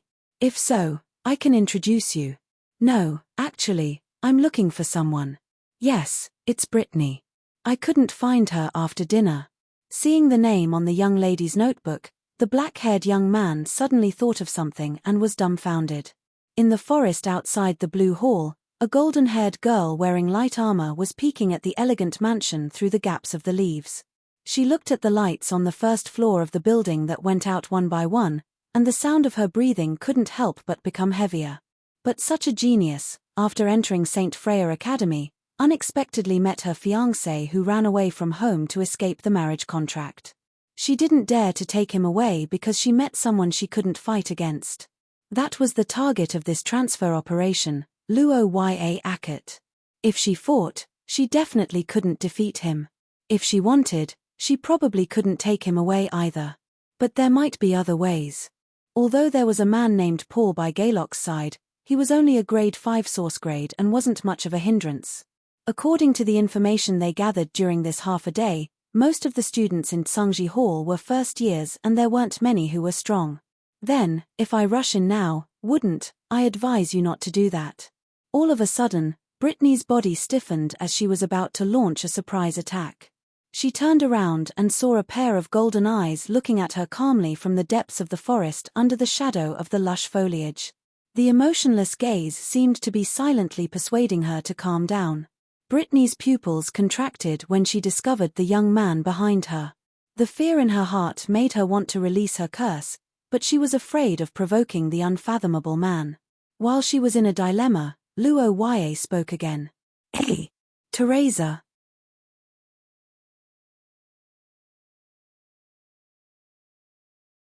In any case, the friendly relationship between Luo Yue and Teresa eased Brittany's nerves slightly.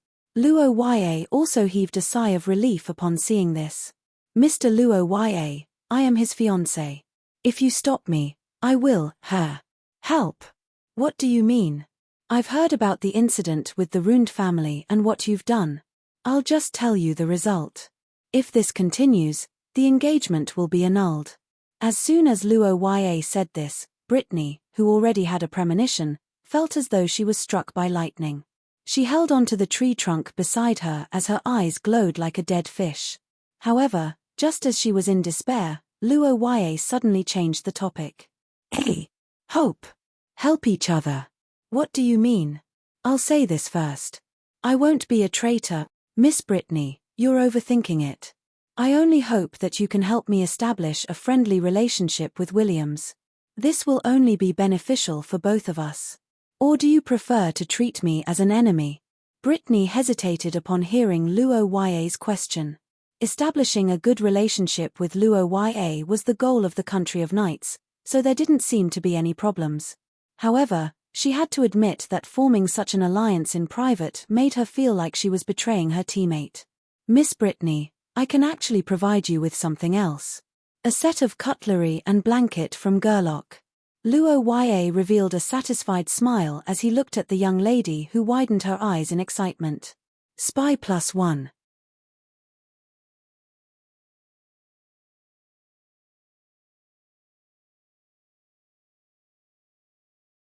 Chapter 381.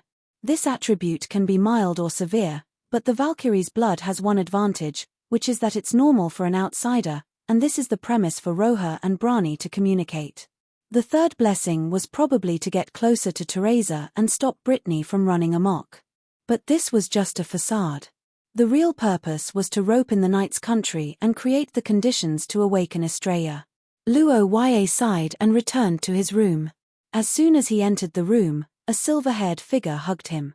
Ari Lizzie, why are you here again? Isn't the bed fixed? Big brother, Teacher Chris's kitchen utensils are broken, so he asked me to come here for dinner. Kitchen utensils after the bedding? Forget about the bed, how could the pot be broken? Luo Yue was full of questions but couldn't find a way to retort. He pinched his brows and looked at the adorable young lady. It was supposed to be like this, but my ability detected suspicious activity nearby. For safety reasons, I waited here for Big Brother. But judging from the situation just now, she seems to be your guest. Is it because of the moonlight? I feel like Ari Lizzie's ability is amazing. You sent her away with just a set of tableware and a blanket. What a pitiful woman. I've already, her interests aren't good. With the help of his strategic ally, Teacher Chris, tonight was the second night that Ari Lizzie successfully stayed behind. But if things went according to plan, Luo Yue would have to sleep in the empty room on the second floor. This wasn't something Ari Lizzie could tolerate. How could she make use of this rare opportunity to block Big Brother's escape route? By the way, Big Brother, how about we play chess tonight? How about watching the moon after chess? How about taking a bath after watching the moon? Luo Yue, who was helpless in the face of Ari Lizzie's continuous coquettishness, turned to look at the silver-haired girl with a stern look. What's wrong with that? Didn't I bathe with Big Brother before? Could it be that Big Brother doesn't like Ari Lizzie anymore? When they grow up, they will find their younger sister annoying or something. When did I say that you're annoying? Ari Lizzie, don't overthink things. That's because you've grown up, The black-haired youth ridiculed in his heart.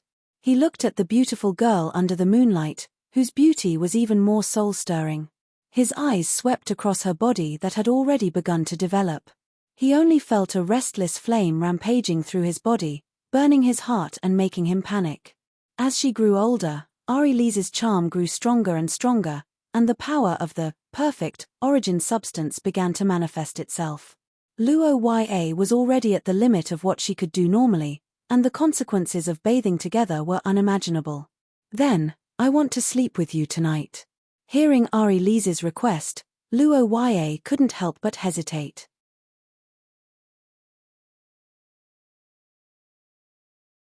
Seeing him like this, Ari Lee's red eyes began to fill with tears again. She bit her lips as if she was about to cry, forcing the black-haired youth to nod. I understand, big brother. Am I spoiling her too much? But, how should a normal brother and sister get along? A few years ago in the Ackett family, the young Luo Yue often played board games with Ari Lee in their pajamas. Because the two of them had a lot of private lessons during the day, they could only be together at night, and it wasn't taboo to fall asleep when they were tired from playing. However, as the saying goes, after Luo Yue became the acting feudal lord, he became busier and busier, and it had been a long time since he played with Ari Lee like this. The moonlight tonight was very good, and Ari Lee, who was bathed in the moonlight, was full of energy. The two of them played until it was close to midnight, and the result was naturally Ari Lee defeating Luo Yue, who automatically went easy on himself. The two of them played until they were tired, and after looking at the moon for a while by the window, the silver-haired girl yawned. Luo Yue saw this and smiled, officially asking to rest. Big brother, this is? In the darkness after the lights were turned off, Luo Yue and Ari Lee silently prepared to sleep, but not long after, the girl's weak voice suddenly came from the other side of the 38th parallel. Then how did you sleep at Teacher Chris's place? Hey! Now, you can fall asleep, right? Feeling the warmth by her hand, the silver-haired girl was silent for a moment before answering softly, and she couldn't help but smile sweetly. Just like this, the two of them held hands and fell into a sweet dream. The next morning, when Luo Yue woke up, the silver-haired girl was already lying on his chest.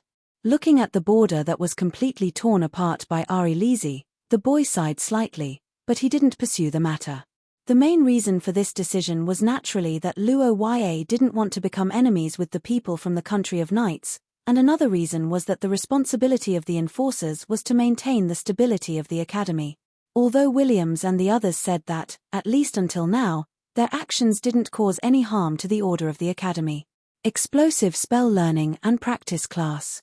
This was one of the classes in Luo Yue's class schedule, and it was famous for its long name. It was a prerequisite class for the spell practice class, and its purpose was to train the extraordinaire spellcasting speed. It was a class that leaned more towards actual combat. Another grading standard for this class was the destructive power of the instantaneous explosive spellcasting. After all, speed alone wasn't enough to solve the problem. Sufficient destructive power was needed to defeat the enemy on the battlefield, otherwise, there was a high probability of being killed by the enemy who was driven to desperation.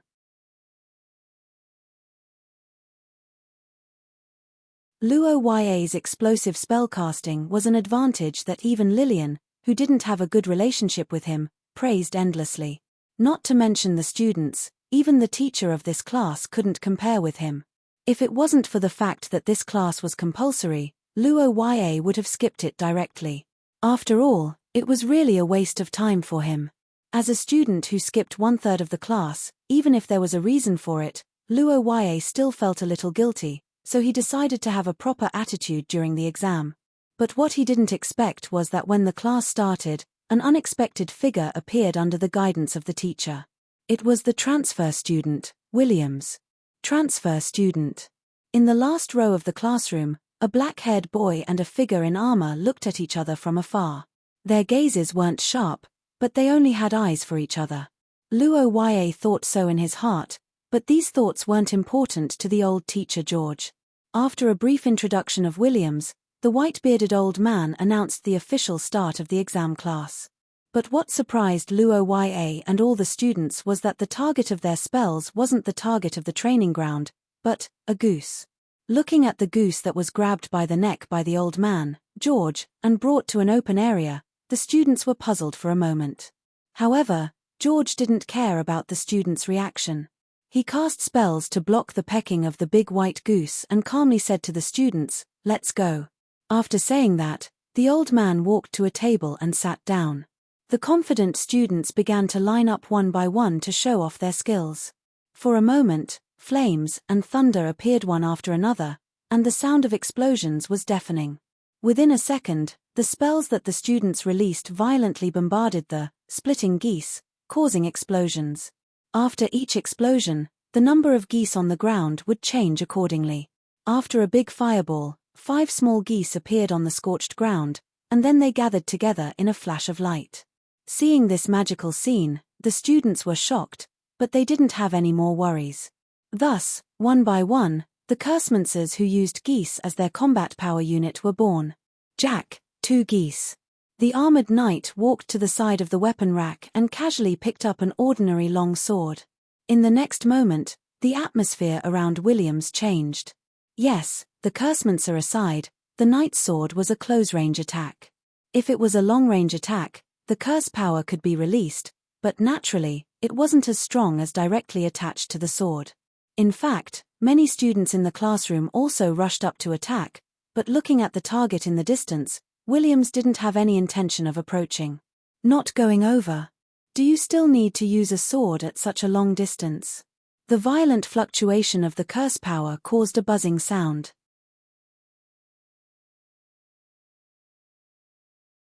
When the long sword slashed down, there was no light flying out.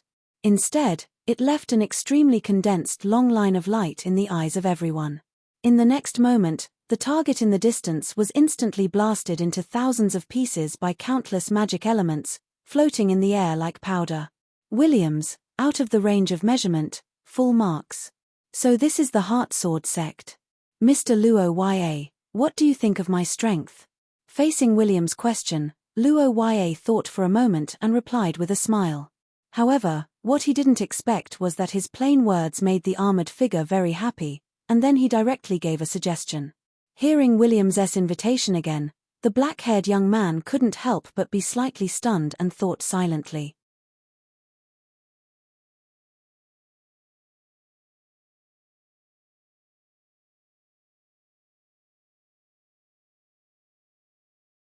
Chapter 382. On the lawn, the armored girl looked at the young man who was smiling at her. Her heart was beating fast and she couldn't help but extend her sincere invitation. That's right. In the eyes of the girl, one of the reasons why Luo Ya didn't immediately join forces with her was because she hadn't displayed enough strength yet. For this reason, she found an opportunity to display a part of her strength today, and this indeed earned Luo Ya's praise. I'm sorry, Your Highness Williams. Thank you for your invitation, but I don't have such plans for now. Hearing Luo Ya's reply, the girl fell into silence for a moment. However, what she didn't expect was Luo Ya's next words. Your Highness Williams, last night I went to look for the Dean, who is also the former guardian of the Twilight Sage Association, Antonio. I had a conversation with him and learned about the situation and ideals of the country of knights. I give you my highest respect for your perseverance. Hearing Luo Ya's words, the girl in the armor couldn't help but reveal a surprised expression. The identity of guardian Antonio was a highly confidential information even in the country of knights. Williams found it unbelievable that Luo Ya knew about him. However, the young man's next words made her widen her eyes. Untimely? What do you mean? That kind of thing isn't necessary. In the past countless years, the Twilight Sage Association has been maintaining order in the dark and left behind glorious results. I don't think there's anything wrong with this model. Moreover, most of the crises don't require so many useless people. Just a few elites can solve it. That's right, it's you and me. I'm talking about your tribe and the Dawn Association. Indeed, for most of the crises, the role of high-tier transcendence is far beyond that of low-tier transcendence. The difference in strength between them can't be made up with numbers. However, in some special situations, the situation is the opposite. For example, the situation at the borders hasn't been optimistic in recent years. For that kind of thing, we can just join hands when the time comes. After the Twilight Sage Guild has disappeared for hundreds of years, I believe that the most important thing is to follow the tradition and re-establish the spirit of chivalry that is centered on protection and not moved by fame and fortune. As long as we have such determination. Although following the tradition of 1,000 years ago is admirable, if we don't keep up with the times, how is it different from the unchangeable ancestral teachings? Only talk about the spirit and not the material? I don't think that's the right thing to do. Selfless dedication is admirable, but the right thing to do is to be rewarded. I don't think that willpower alone can sustain such determination for a long time.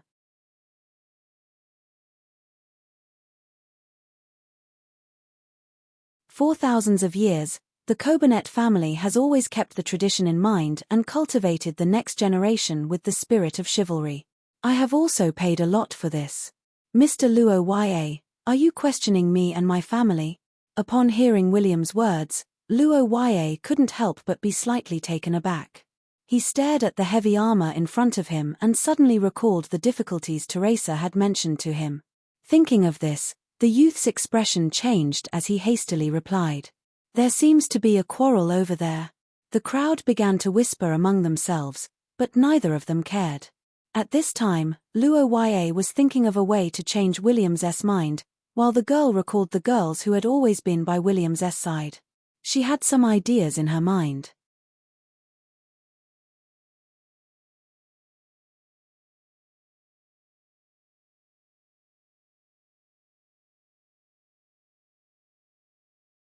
Chapter 383.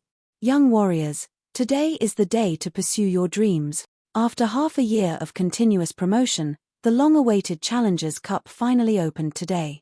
Whether it was the contestants or the spectators who came from afar, it had reached an all-time high. The attention of the higher-ups of various countries was also attracted. The special approval of the first years added fuel to the fire of this lively event. The Challengers Cup preliminaries were held in more than 10 locations selected from the numerous secret realms of the Scholar Country. As for which group was assigned to which location, it was randomly assigned. Just like how everyone's talent in curses would be different, different locations would have a huge impact on a cursemancer, especially the difference between land and water. In the past, among the contestants who drew the maze cliff, there had been situations where some cursemancers who were good at water battles defeated the seeded contestants. The difference in location was the biggest impact, followed by the influence of equipment in the unrestricted spell ranking battles. After that, there were people like Luo Ya who had special bloodlines or special spells. They might be able to display more shocking strength in certain aspects than their opponents who were at level 3 of the source rank. In Luo Ya's case, he didn't even make it into the top 10. From this, it could be seen that the rankings were quite exaggerated. However, this was also related to the fact that Luo Ya didn't go all out during his time in the academy.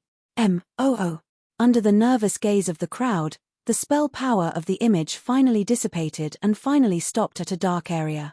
Oh no, I've never been to the swamp. Such situations were repeated as the locations were announced. Soon, it was Luo Ya's turn to be in the 6th group. Hey, why is it that damn place? Hearing the 6th group's location, Luo Ya's side burst into an uproar. The students who had already formed cliques had ugly expressions after hearing the news. Some of the more timid ones even began to shrink back. The black-haired boy could understand this. After all, the Temple of Silence wasn't very popular. There were skeletons among Shi Ya's monsters, so naturally, there were also things like ghosts. Generally speaking, the probability of these things appearing naturally in peacetime was very low. Luo Ya had never seen them before because the country he lived in dealt with them well. That's it. Amidst the noisy crowd, Luo Ya quietly listened to the elimination matches of all the groups. Apart from him, the others seemed to be normal. After the selection of the venues was completed, the tens of thousands of contestants left the venue under the guidance of the staff. They began to move toward the entrance of the secret territory. The curtains of the preliminary round finally opened amidst the cheers of the audience. In the country of scholars, many students had the misconception that the nearby secret realm belonged to the country of scholars. However, this idea was wrong. The Temple of Silence was rumored to be the old site of an ancient civilization, but no one knew exactly what civilization it was. After countless years of erosion, almost no clues could be found, which was why it was casually used as a competition venue.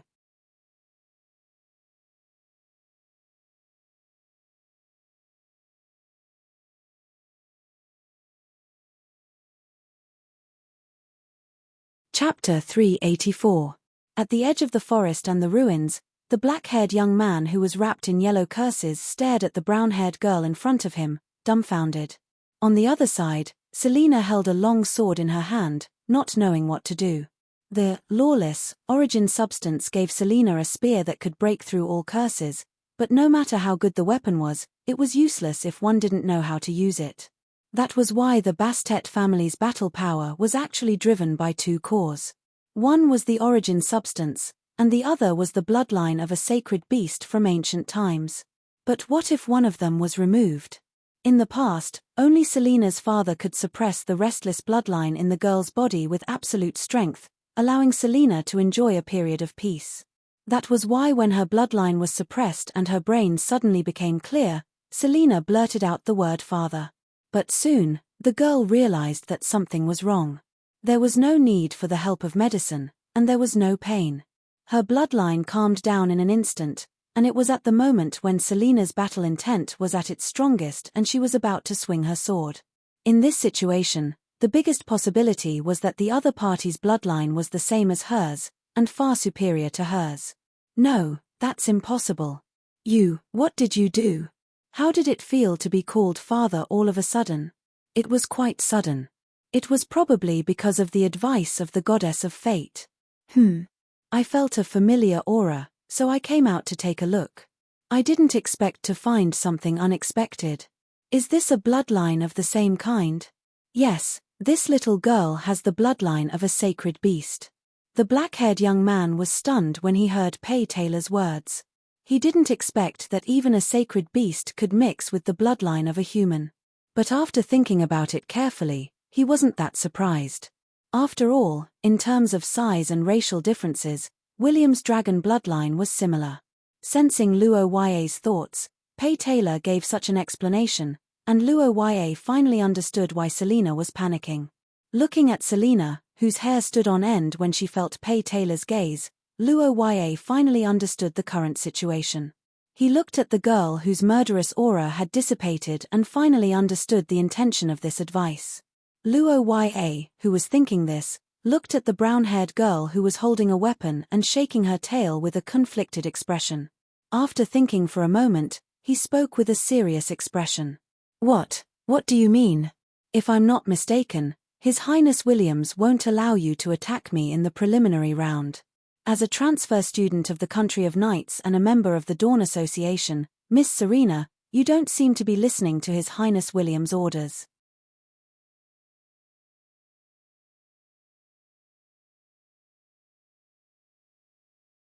Chapter 385. For the preliminary round, all the contestants and the audience might not be very passionate, but they would never have any worries because it was basically absolutely safe. The excessive damage of the substitute curse vessel did not refer to the severity of the eliminated person's injury, but it referred to the curse power content and strength when the curse vessel was destroyed. For example, Selina's waist slash was more serious than the curse attack of other cursemances. However, the curse power content and strength were obviously higher than the fireball created by the curse vessel. Although Luo Ya was very concerned about other people's situation after the preliminary round, he was not worried about the safety of his relatives and friends. Therefore, he was particularly shocked when he heard that Paul was injured in the preliminary round. In the preliminary round of the Challenger Cup, there were not many scenes that the audience could see. After all, there were more than 10 venues where tens of thousands of people were fighting at the same time. It was basically a situation where the smoke of war was everywhere. The venue in the Secret Realm was too large, so only the most intense battles could be shown to the audience who were excited because of the opening ceremony. In this year's preliminary round, the most broadcast was the 10th group. Therefore, for Paul's advancement, Luo Ya actually did not have much confidence. The faction did not put any pressure on him. Paul himself also participated in the Challenger Cup with a participation mentality. However, what was unexpected was that the 10th group, which was originally inconspicuous, had someone eyeing him in advance. It was Gelt, one of the 2 males from the Country of Knights. For the students, when they saw the transfer students from the Country of Knights, they would definitely notice him first, but they would not take a second look at him after that. After all, compared with others, he was really a bit ordinary. However, it was this unattractive guy who became the shocking dark horse in the preliminary round and also became Paul's obstacle. Paul's source substance was the kingdom of the Ackerman tribe. It could be used as the royal source substance by the Ackerman tribe, which showed its high quality. However, as the saying goes, cultivation depends on the individual. Even if they had the same source substance, the extraordinary power would develop in different directions according to each person's situation and understanding. It was just like everyone used the same set of textbooks in university, but the papers they wrote were different. As for Paul, he was still a farmer last year. Whether it was his understanding of origin substances or his thoughts, he naturally couldn't reach Lillian's level. But as the main character of the original work, he had his own abilities.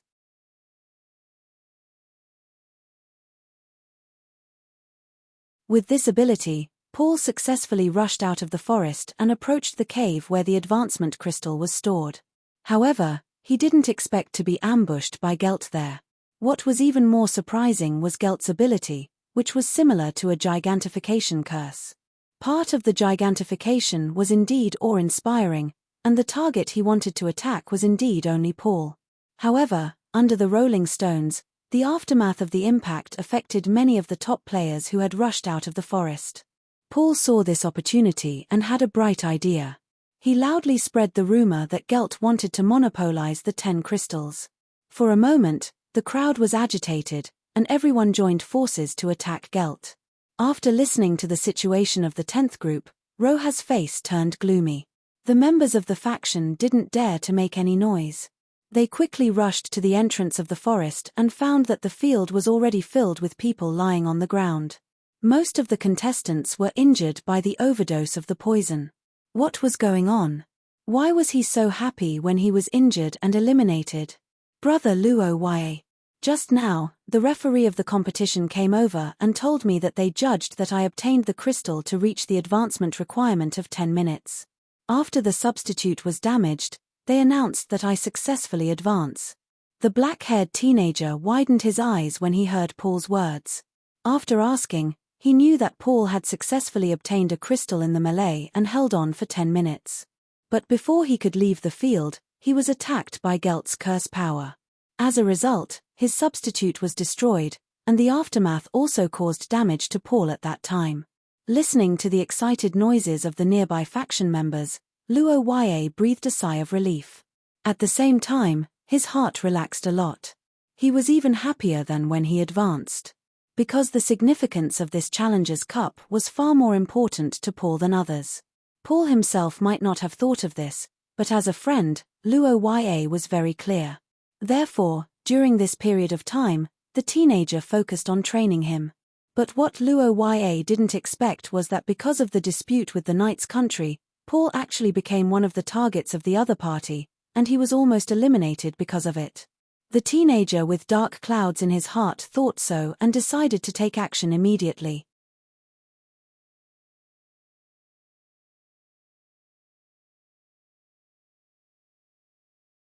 Chapter 386. After comforting Paul for a while, Luo Ye heard that it was only a minor injury. After confirming that it would not affect the next match, Luo Ye immediately began to check the competition list to see if there were other people in the same situation as Paul who encountered the transfer student. As a result, there were 2 matches. This seems to be fine. In the first match, when Nuo Arya and Juliana met, the nature of their curse power determined that Juliana couldn't take advantage of them. Combined with Nuo Arya's own strength, it could be judged that there was no danger. It was better to say that Miss Angel didn't find trouble with them. Luo Ye knew what was going on in this match. Probably Geralt was running for his life now, but the 2 of them would probably not give the qualification to others. However, after this breakthrough, there were 2 Source Level 4 people in the Green Rose faction. As the deputy minister, Geralt also became the face of the faction and the department. This competition was a task given by Luo Ye. He also promised that he would do his best, so there shouldn't be any problems. After looking at the list of people, Luo Ye sent contact people to these 2 groups to be on the safe side. Luo Yue himself went to the venue with Paul and other winners of the primary to register and receive medals. 1 second. Remember 99% elimination rate. This probability could be said to be a real army crossing a single plank bridge. It didn't seem excessive to give a commemorative medal to the players who rushed out. However, when they were registering and receiving the medal, a tall figure made many students, including Paul, change their faces. What is this guy doing? Seeing Gelt approaching, the students around Luo Yue were a little nervous for a while, but the other party didn't mean to be violent at all. The tall man stopped in front of Luo Yue and others. He looked at Paul, who was staring at him, and didn't speak. After a moment of silence, he turned his gaze to Luo Yue. Talk alone. Okay, let's go over there. Mr. Luo Yue, I heard that the skeleton you used was a giant named Gulandea. Is this true? When the black-haired youth heard Gelt's question, he calmly replied with a question. Mr. Luo Yue, I'm afraid you don't know this, but the name Gulandea is not glorious in our clan's records. He is a tyrant and a degenerate. He is an extremely evil person. I suggest you cut off all contact with him immediately. Hearing Gelt's words, Luo Yue's brows wrinkled. He looked at the tall man in front of him, thinking about his words and couldn't help but feel unhappy. That's right. He's a famous criminal in the records of our clan. His name is very special, so it shouldn't be wrong. Fallen ones are good at disguising themselves. You might not know much about him. Hearing the tall man's words, the black-haired youth refuted with a rare look of anger. Geert said in a low voice. Oh, history? I really didn't expect someone to talk about history with our race. Then let me ask you, Mr. Gelt, do you know how much of the history you read is true and how much is false?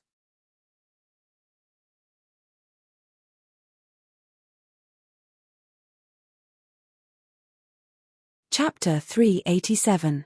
After the conflict with Gelt, Luo Yue calmed down his anger, readjusted his state of mind, and fell into deep thought. Undead creatures were a race that was naturally rejected by humans. Most of them had no sense of reason at all. In ancient times, they were tempted to fall into depravity.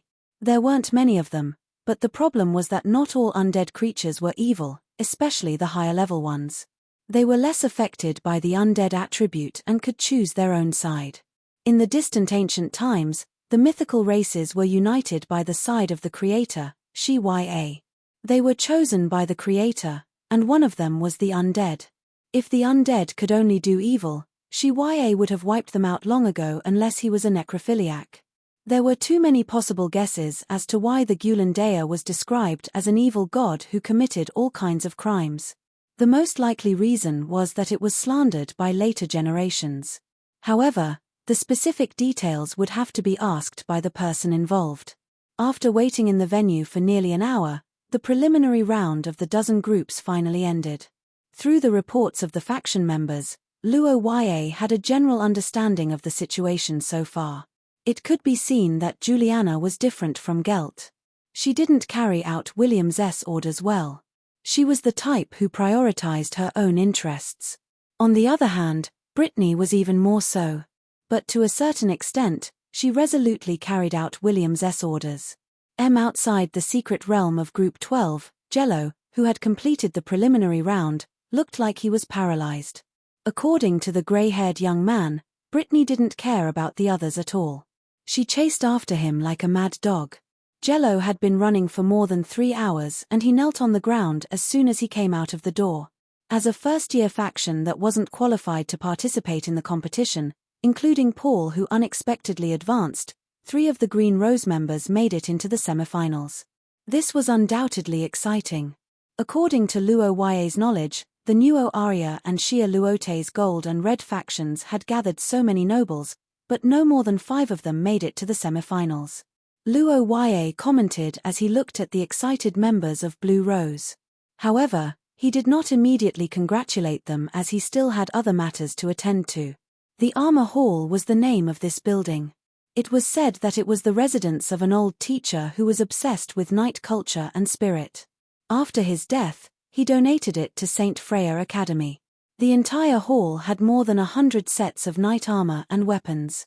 It could be called a small knight culture museum. Without a doubt, this was a preferential treatment for Williams and the others who didn't participate in the entrance exam and didn't have any actual achievements. The outside world had also criticized this before.